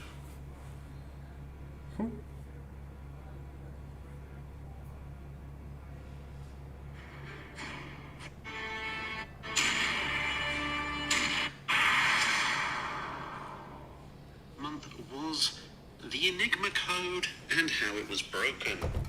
So if you like cryptography and crypto analysis, well, you've come to the right place this week. If you don't, sorry, but that's what they asked for, so that's what they're going to get. So before we get into how to break Enigma, it's probably a good idea to know what Enigma is in the first place. And the first person who just said, oh, Enigma's a German code breaking machine. Oh, I wish I could reach through the internet. Now, I'm going to tell you somewhat how it works. It is obviously an incredibly complex subject, of which people have written multiple books just explaining how the machine works, followed by lots of complicated mathematics that show how you can break it and why it was so difficult to break. But let's try and get this in a relatively condensed and understandable format. At its heart, the Enigma machine was supposed to produce what's called a polyalphabetic substitution cipher for the messages that you plugged into it. That sounds very complicated, and indeed the way it did it was very complicated, but in very simple terms, this takes a message, and it can be whatever message obviously, and by application of a cipher key or code or what have you, you end up with a message that you can then transmit that looks nothing like the original message. And the phrase polyalphabetic substitution might give you an idea that this is basically substituting letters of the alphabet for other letters that were in your text to give what appears to be a bunch of nonsensical gibberish. So this is different from a code book such as was used in most of the German activities in World War I, which we discussed in the Room 40 video, where various orders and phrases were signified by batches of letters and occasionally numbers. And it's also slightly different to some modern cryptography methods which try to hide transmissions or turn them into something that is not identifiable immediately as characters. So trying to hide it in background radiation or as static or something like that. Now instead, the Enigma machine would produce a message that you could transmit in the clear and that anyone with the appropriate radio antenna could receive. It's just that when you received it, it didn't mean anything. So how does this work? Let's look at a basic example. So let's take a basic word like hello. Now, obviously there are 26 letters in the alphabet, so we can convert each of those letters into a number corresponding to its place in the alphabet. So we get 8, 5, 12, 12, and 15. Now we can add a number to each of those. Let's say we add 5, so we get 13, 10, 17, 17, and 20. And we can look up what those letters are in what letters those numbers refer to, and we get MJQQT. So we can now transmit MJQQT, which means nothing on the face of it, but if somebody else knows that we are transmitting with a +5 substitution, then they can just take away 5 if once they've converted MJQQT back into numbers, and they will get the numbers that correspond to hello out of it. It's all very simple.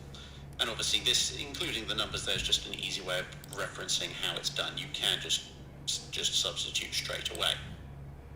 Now that's fine on the surface, but it's very easy to crack this code. Apart from anything else, there are certain letters that turn up very frequently in various languages, and so if the message has any kind of significant extent, then simply looking at the number of the different letters and see which ones recur the most gives you an idea of what letter that most likely corresponds to. In English, for example, the letter E is very popular, so if you're reading a long message and you're using a +5 cipher and somebody sees, oh, the letter J is recurring an awful lot, that'll probably clue them in that that is therefore the letter E, and from there it's very easy to break the rest of the code, because you can work out what's the relationship between J and E. Oh right, J is 5 letters further down the line than E. What happens if I reverse all the other letters by 5 steps? Oh right, I have a clear message. Great, fantastic. Pretty easy to crack. And at the end of the day, you can do this with any of these single step substitutions because, well, you've got 25 other letters in the alphabet and it doesn't take very... This is the 5-minute guide to the Richelieu-class battleships of the French Navy. The Richelieu class remains the largest French-built warship of any kind, with an even greater displacement than the modern nuclear-powered aircraft carrier Charles de Gaulle. In the 1930s, the German building of the Deutschland class had resulted in the French building the 2 Dunkirk class in response. Shortly thereafter, the Italians started building the Littorio class battleships, and the Germans started on the Scharnhorsts, which prompted a French response. This was to be the Richelieus. The French had done extensive work on quadruple turrets for 2 cancelled classes of battleships during the First World War, the Normandy and Lyon classes.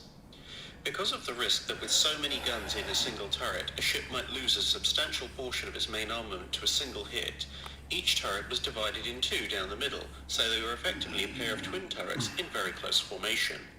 In the 1920s, the British had built the Nelson class, which concentrated the main battery forward of the superstructure and therefore shortened the length of the ship's vulnerable citadel, which allowed for a thicker main belt for the same weight as compared to a more conventional design.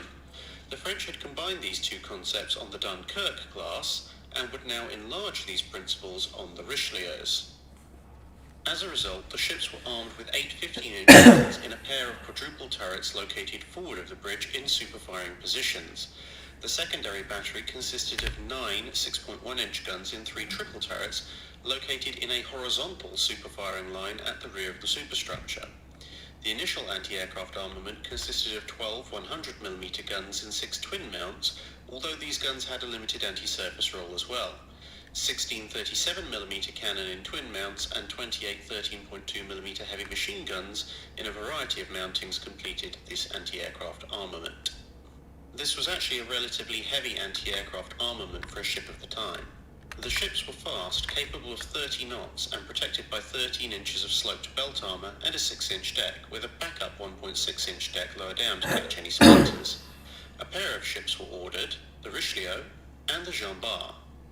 But in the late 1930s, Italy had ordered a couple more Littorio-class battleships, so the French ordered a pair of additional battleships as well.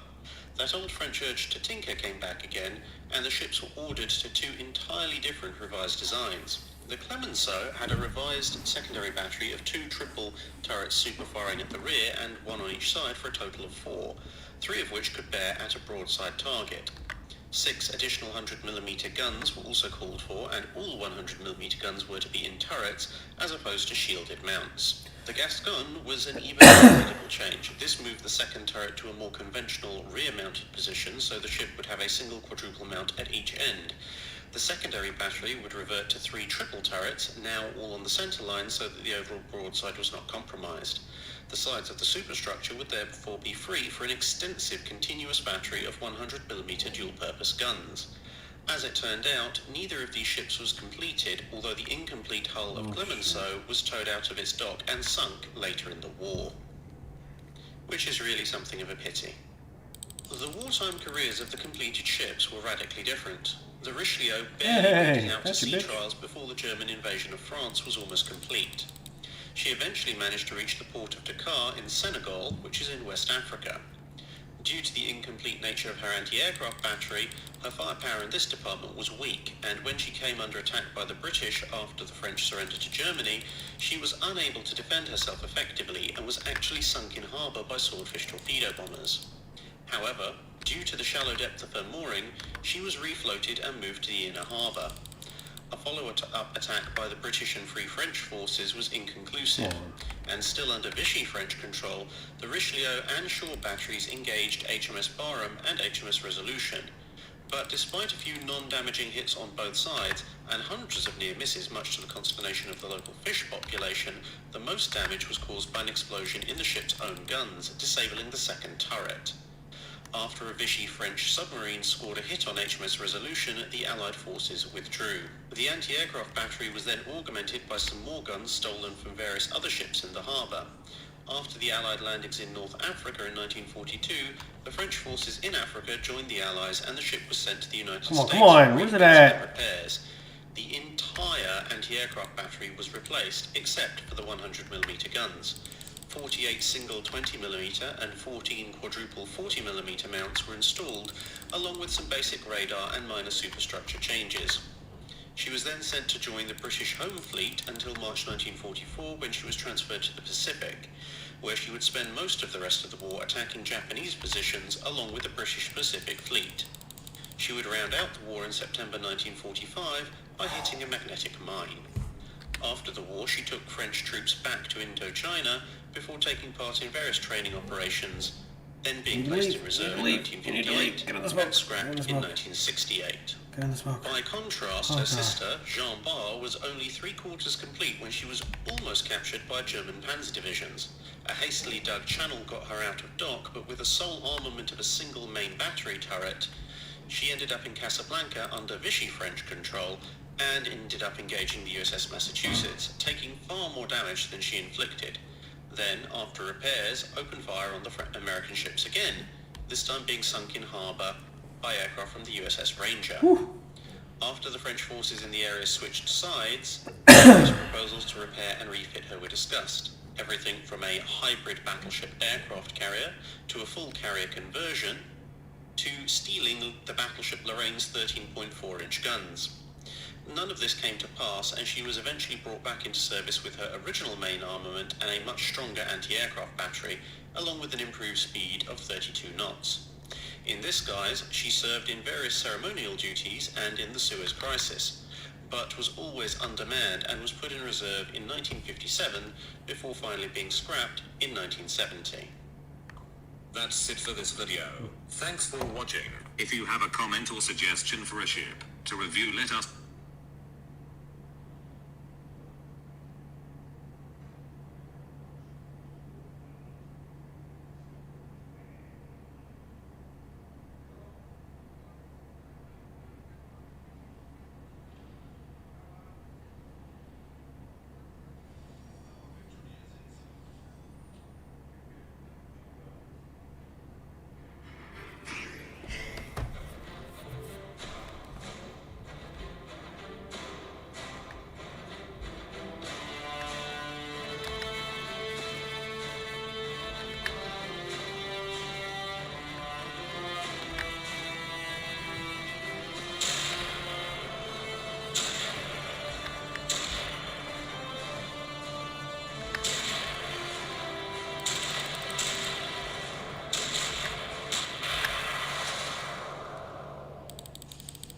The USS Johnston was a Fletcher-class destroyer of the United States Navy. Its story is the story of one ship and one captain. It's very short, but it burns very, very brightly. Johnston started out life in a somewhat unusual manner compared to most United States Navy ships, being laid down in Seattle, in the state of Washington, which meant it's one of the relatively few US warships to be built on the west coast, since the majority of US Navy warship production was, and to a certain extent still is, on the east coast of the United States.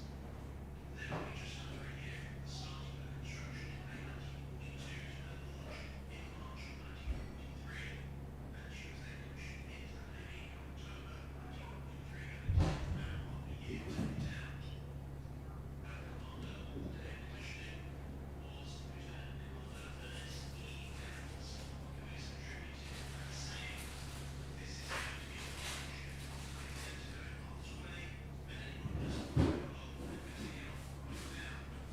Well, that was setting the tone for Johnston's career, and it went well, allowing for a quick work cruise and activities in the coast of the Pacific Ocean here south into the line. You couldn't really expect Johnston to get involved until pretty much early 1944. But despite being a great ship, this wasn't a ship that's sitting around escorting the multiplicity of carriers the US Navy was employing at this point. Instead, Johnston immediately got stuck into the Marshall Islands campaign, bombarding beaches and quite charmingly, that sounds around anyway, and another bombardment on the island of Eniwetok, giving direct support to troops landing there. Her 5-inch gunfire destroying several pillboxes and making other enemy troops duck and cover from a bombardment of 5-inch high explosive shells. Again, relatively accurate fire considering this crew was pretty green by all standards. After spending most of February and a bit of March happily bombarding the Marshall Islands, she set course at the end of March to go and shoot up the Carolines and the Solomon Islands instead. But on the way, she would take part in anti-submarine patrols and located the Japanese submarine I-176, which up until that point had been the most successful of her particular class. Johnston's depth charges, however, saw the end of the career of that particular member of the Imperial Japanese Navy. By July, her patrol duties in the Solomon Islands were done, and it was time to head over to the Marianas to help take the island of Guam, and, again, unsurprisingly, she was a part of the bombardment force rather than sitting around waiting for something to happen.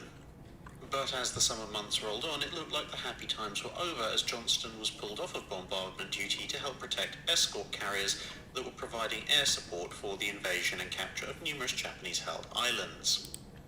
Thus, as US focus switched to a return to the Philippines, the USS Johnston found itself escorting another escort carrier task force, this time Taffy 3. After about 2 weeks of counting planes going overhead back and forth towards the invasion beaches, on the morning of the 25th of October, Johnston's crew woke up to a rather different sight. They had a frontline view as the Yamato, accompanied by Nagato and 2 Congo-class battleships, 8 cruisers and 11 destroyers, all of the Imperial Japanese Navy, and all very definitely not meant to be there, came steaming over the horizon and opened fire. Exactly what Johnston, under the command of Captain Evans, got up to during this battle is better detailed in the video on the Battle of Samal, link hopefully appearing somewhere over your heads at the minute. But needless to say, after about 20 minutes of running away along with the rest of Taffy 3, Johnston found that its 5-inch guns were beginning to pull out of range, and of course this could never do, and so Johnson did a quick 180 and headed straight back towards the enemy. With the sum total of the fighting momentarily being several enemy battleships and heavy cruisers versus the Johnston, the odds were of course completely unequal, as Johnston came out of it somewhat battered and with its bridge destroyed by enemy shell fire, but in return the heavy cruiser Kumano had taken a torpedo hit and was blazing merrily away. With repairs complete but her torpedoes expended, Johnston decided the next course of action was clearly to follow the destroyer Heermann, along with other American destroyers, in to provide gunfire support as they ran in to perform their own torpedo attacks. Having satisfied themselves that their gunnery was superior to that of the Japanese Navy's battleships, Johnston wheeled back around despite damaged engines and would then try and drive an enemy cruiser off of the carrier Gambier Bay. In the middle of this gunfight, Johnston then spotted a Japanese destroyer squadron heading towards the American escort carriers and decided they were going to fight this as well. In another fight that developed, it was Johnston versus an entire Japanese destroyer squadron, and naturally the Japanese destroyer squadron decided that launching from a Johnston-free area was the best course of action, and the entire squadron broke off. Unfortunately, there was only so much even a Fletcher class could take, and as its remaining engine died, the ship was left stranded in the water as the Japanese poured fire into it. Still, it took about half an hour for them to actually destroy the ship, with the Johnston eventually going down at about 10 past 10 in the morning. Captain Evans, who'd lost a couple of fingers to enemy shells as they'd taken out the primary bridge, was seen on the back of the ship urging the rest of his crew to leave before him, having fought the ship to the very, very last available gun. Whilst it's known that he did make it into the water, sadly he and many of the crew who made it off the ship safely were not able to survive long enough for recovery ships and aircraft to find them. Although he didn't survive his most valiant encounter with the enemy, Lieutenant Commander Evans was posthumously awarded the Medal of Honor, and a destroyer escort, the USS Evans DE-1023, was named after him. There was also to be a second USS Johnston, a gearing class DD-821, both of which are now out of service. That's it for this video. Thanks for watching. If you have a comment or suggestion for a ship to review, let us know in the comments below. Don't forget to comment on the pinned post for dry dock questions. Yeah.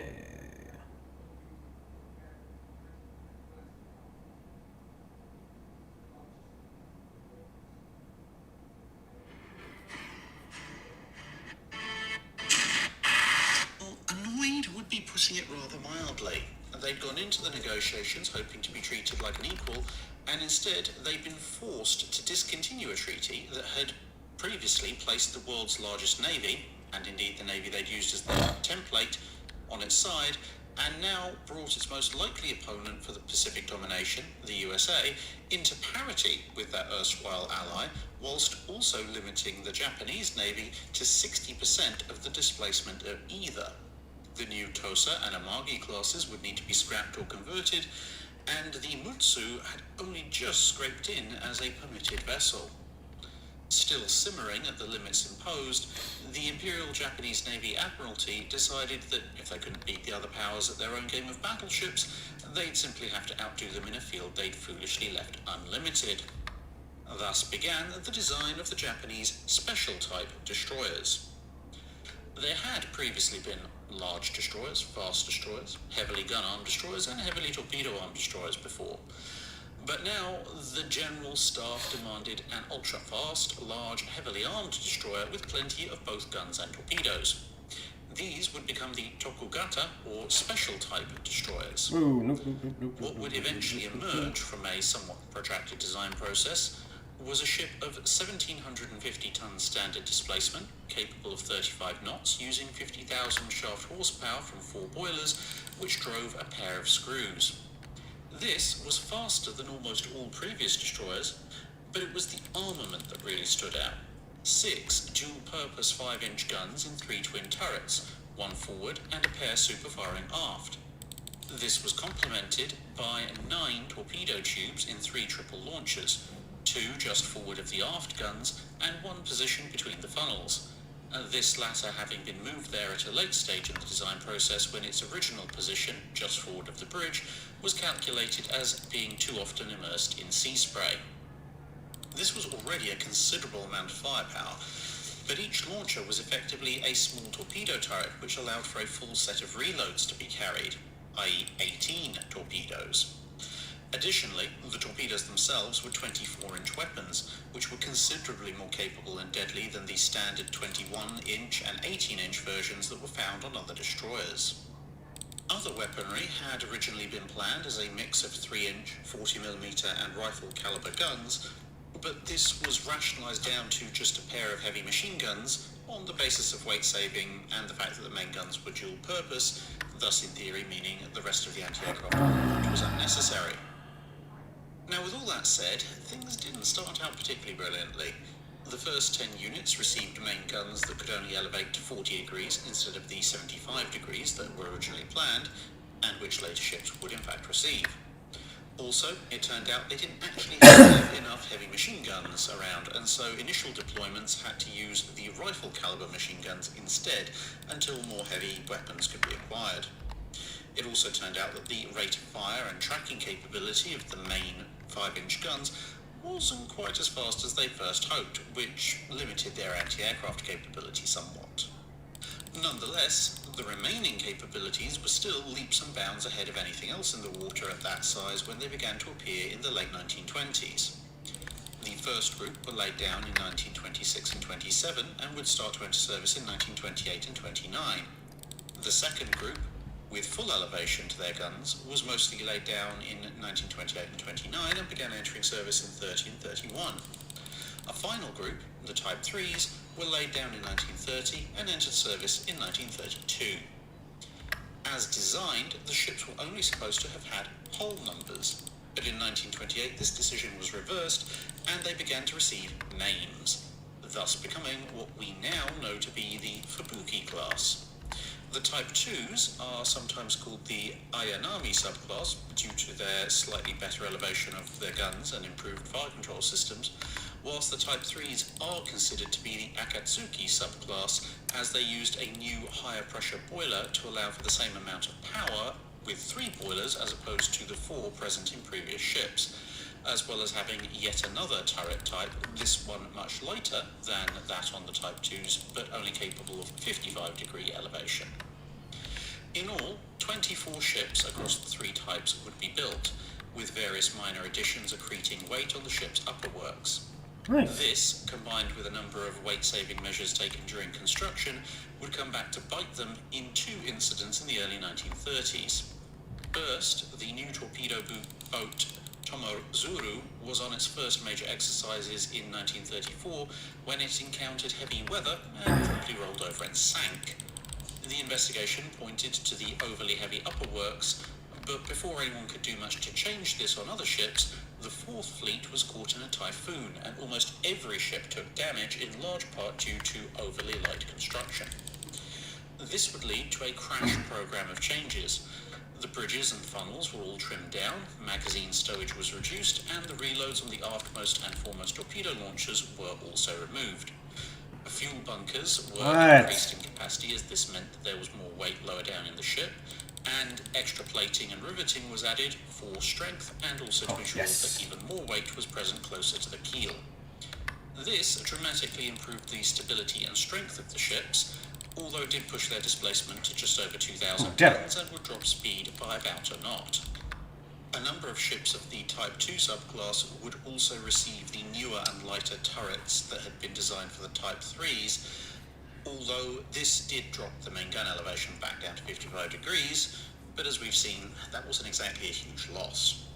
Shortly before all this had kicked off, the older torpedoes had in fact been replaced with the newer Type 93 or Long Lance torpedoes, which improved their lethality somewhat.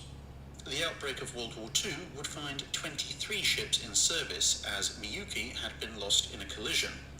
and as the war progressed, more and more anti-aircraft guns would be added, which was good. Unfortunately, they were almost entirely Type 96 weapons, the infamous 25mm, which was not so good, even to the point of replacing one of the aft turrets with a pair of triple 25mm mounts on some ships that had managed to make it to the latter half of the war. These lucky survivors would also begin to receive basic radar in 1944. Stuck in the thick of the action, almost the entire class would be lost, with only the badly damaged Ushio, a Type 2 ship, surviving from the entire first two batches, and one of the four Type 3s, the Hibiki, made it through mostly intact. In the course of the conflict, they did, however, manage to make some account of themselves, being responsible for sinking quite a few Allied merchantmen and warships, as well as assisting in the destruction of others and damaging still more, with one particular instance seeing the Type 2 Amagiri sink PT-109 with a certain John F. Kennedy aboard by ramming it clean in two. Of the two survivors, What? Ushio would never be repaired and was scrapped in 1948. Jesus Christ. But Hibiki, under a new name, would end up in Soviet service for a few years before becoming a barrack ship, also in Soviet service, and then eventually being sunk as a target at some point in the 1970s, with her wreck near Vladivostok still available for diving if you happen to be in the area. That's it for this video. Thanks for watching. If you have a comment or suggestion for a ship to review, let us know in the comments below. Don't forget to comment on the pinned post for dry dock questions. So if you watched, thanks for watching. Looks like you didn't though.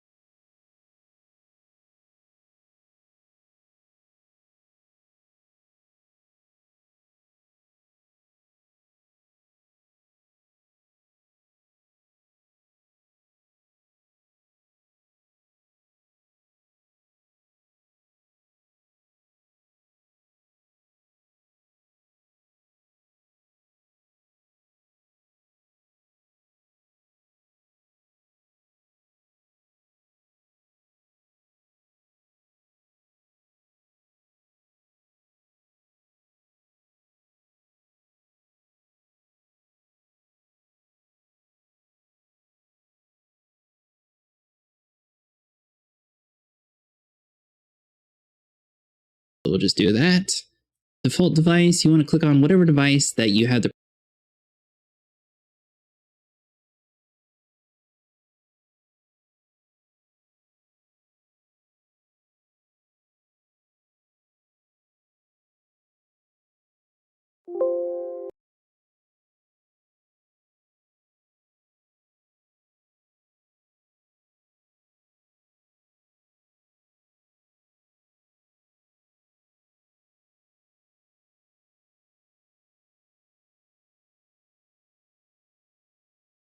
pretzel app going to. So for example, mine is on the Epson projector, so I'm going to go and click that. Once you're all done, click OK. Now right now the music will be playing on our vocal track, so to fix that, click on Advanced Audio Properties. Look for whatever track your vocal cord is on. For example, mine is on track 3. And you want to go to Pretzel and unselect the audio track or track 3. So basically that should allow Pretzel to only be on track 1, 2, 4, 5, and 6. So you can sort of customize whatever tracks that you want to do. For example, I typically do my voice on one track, my friends on another.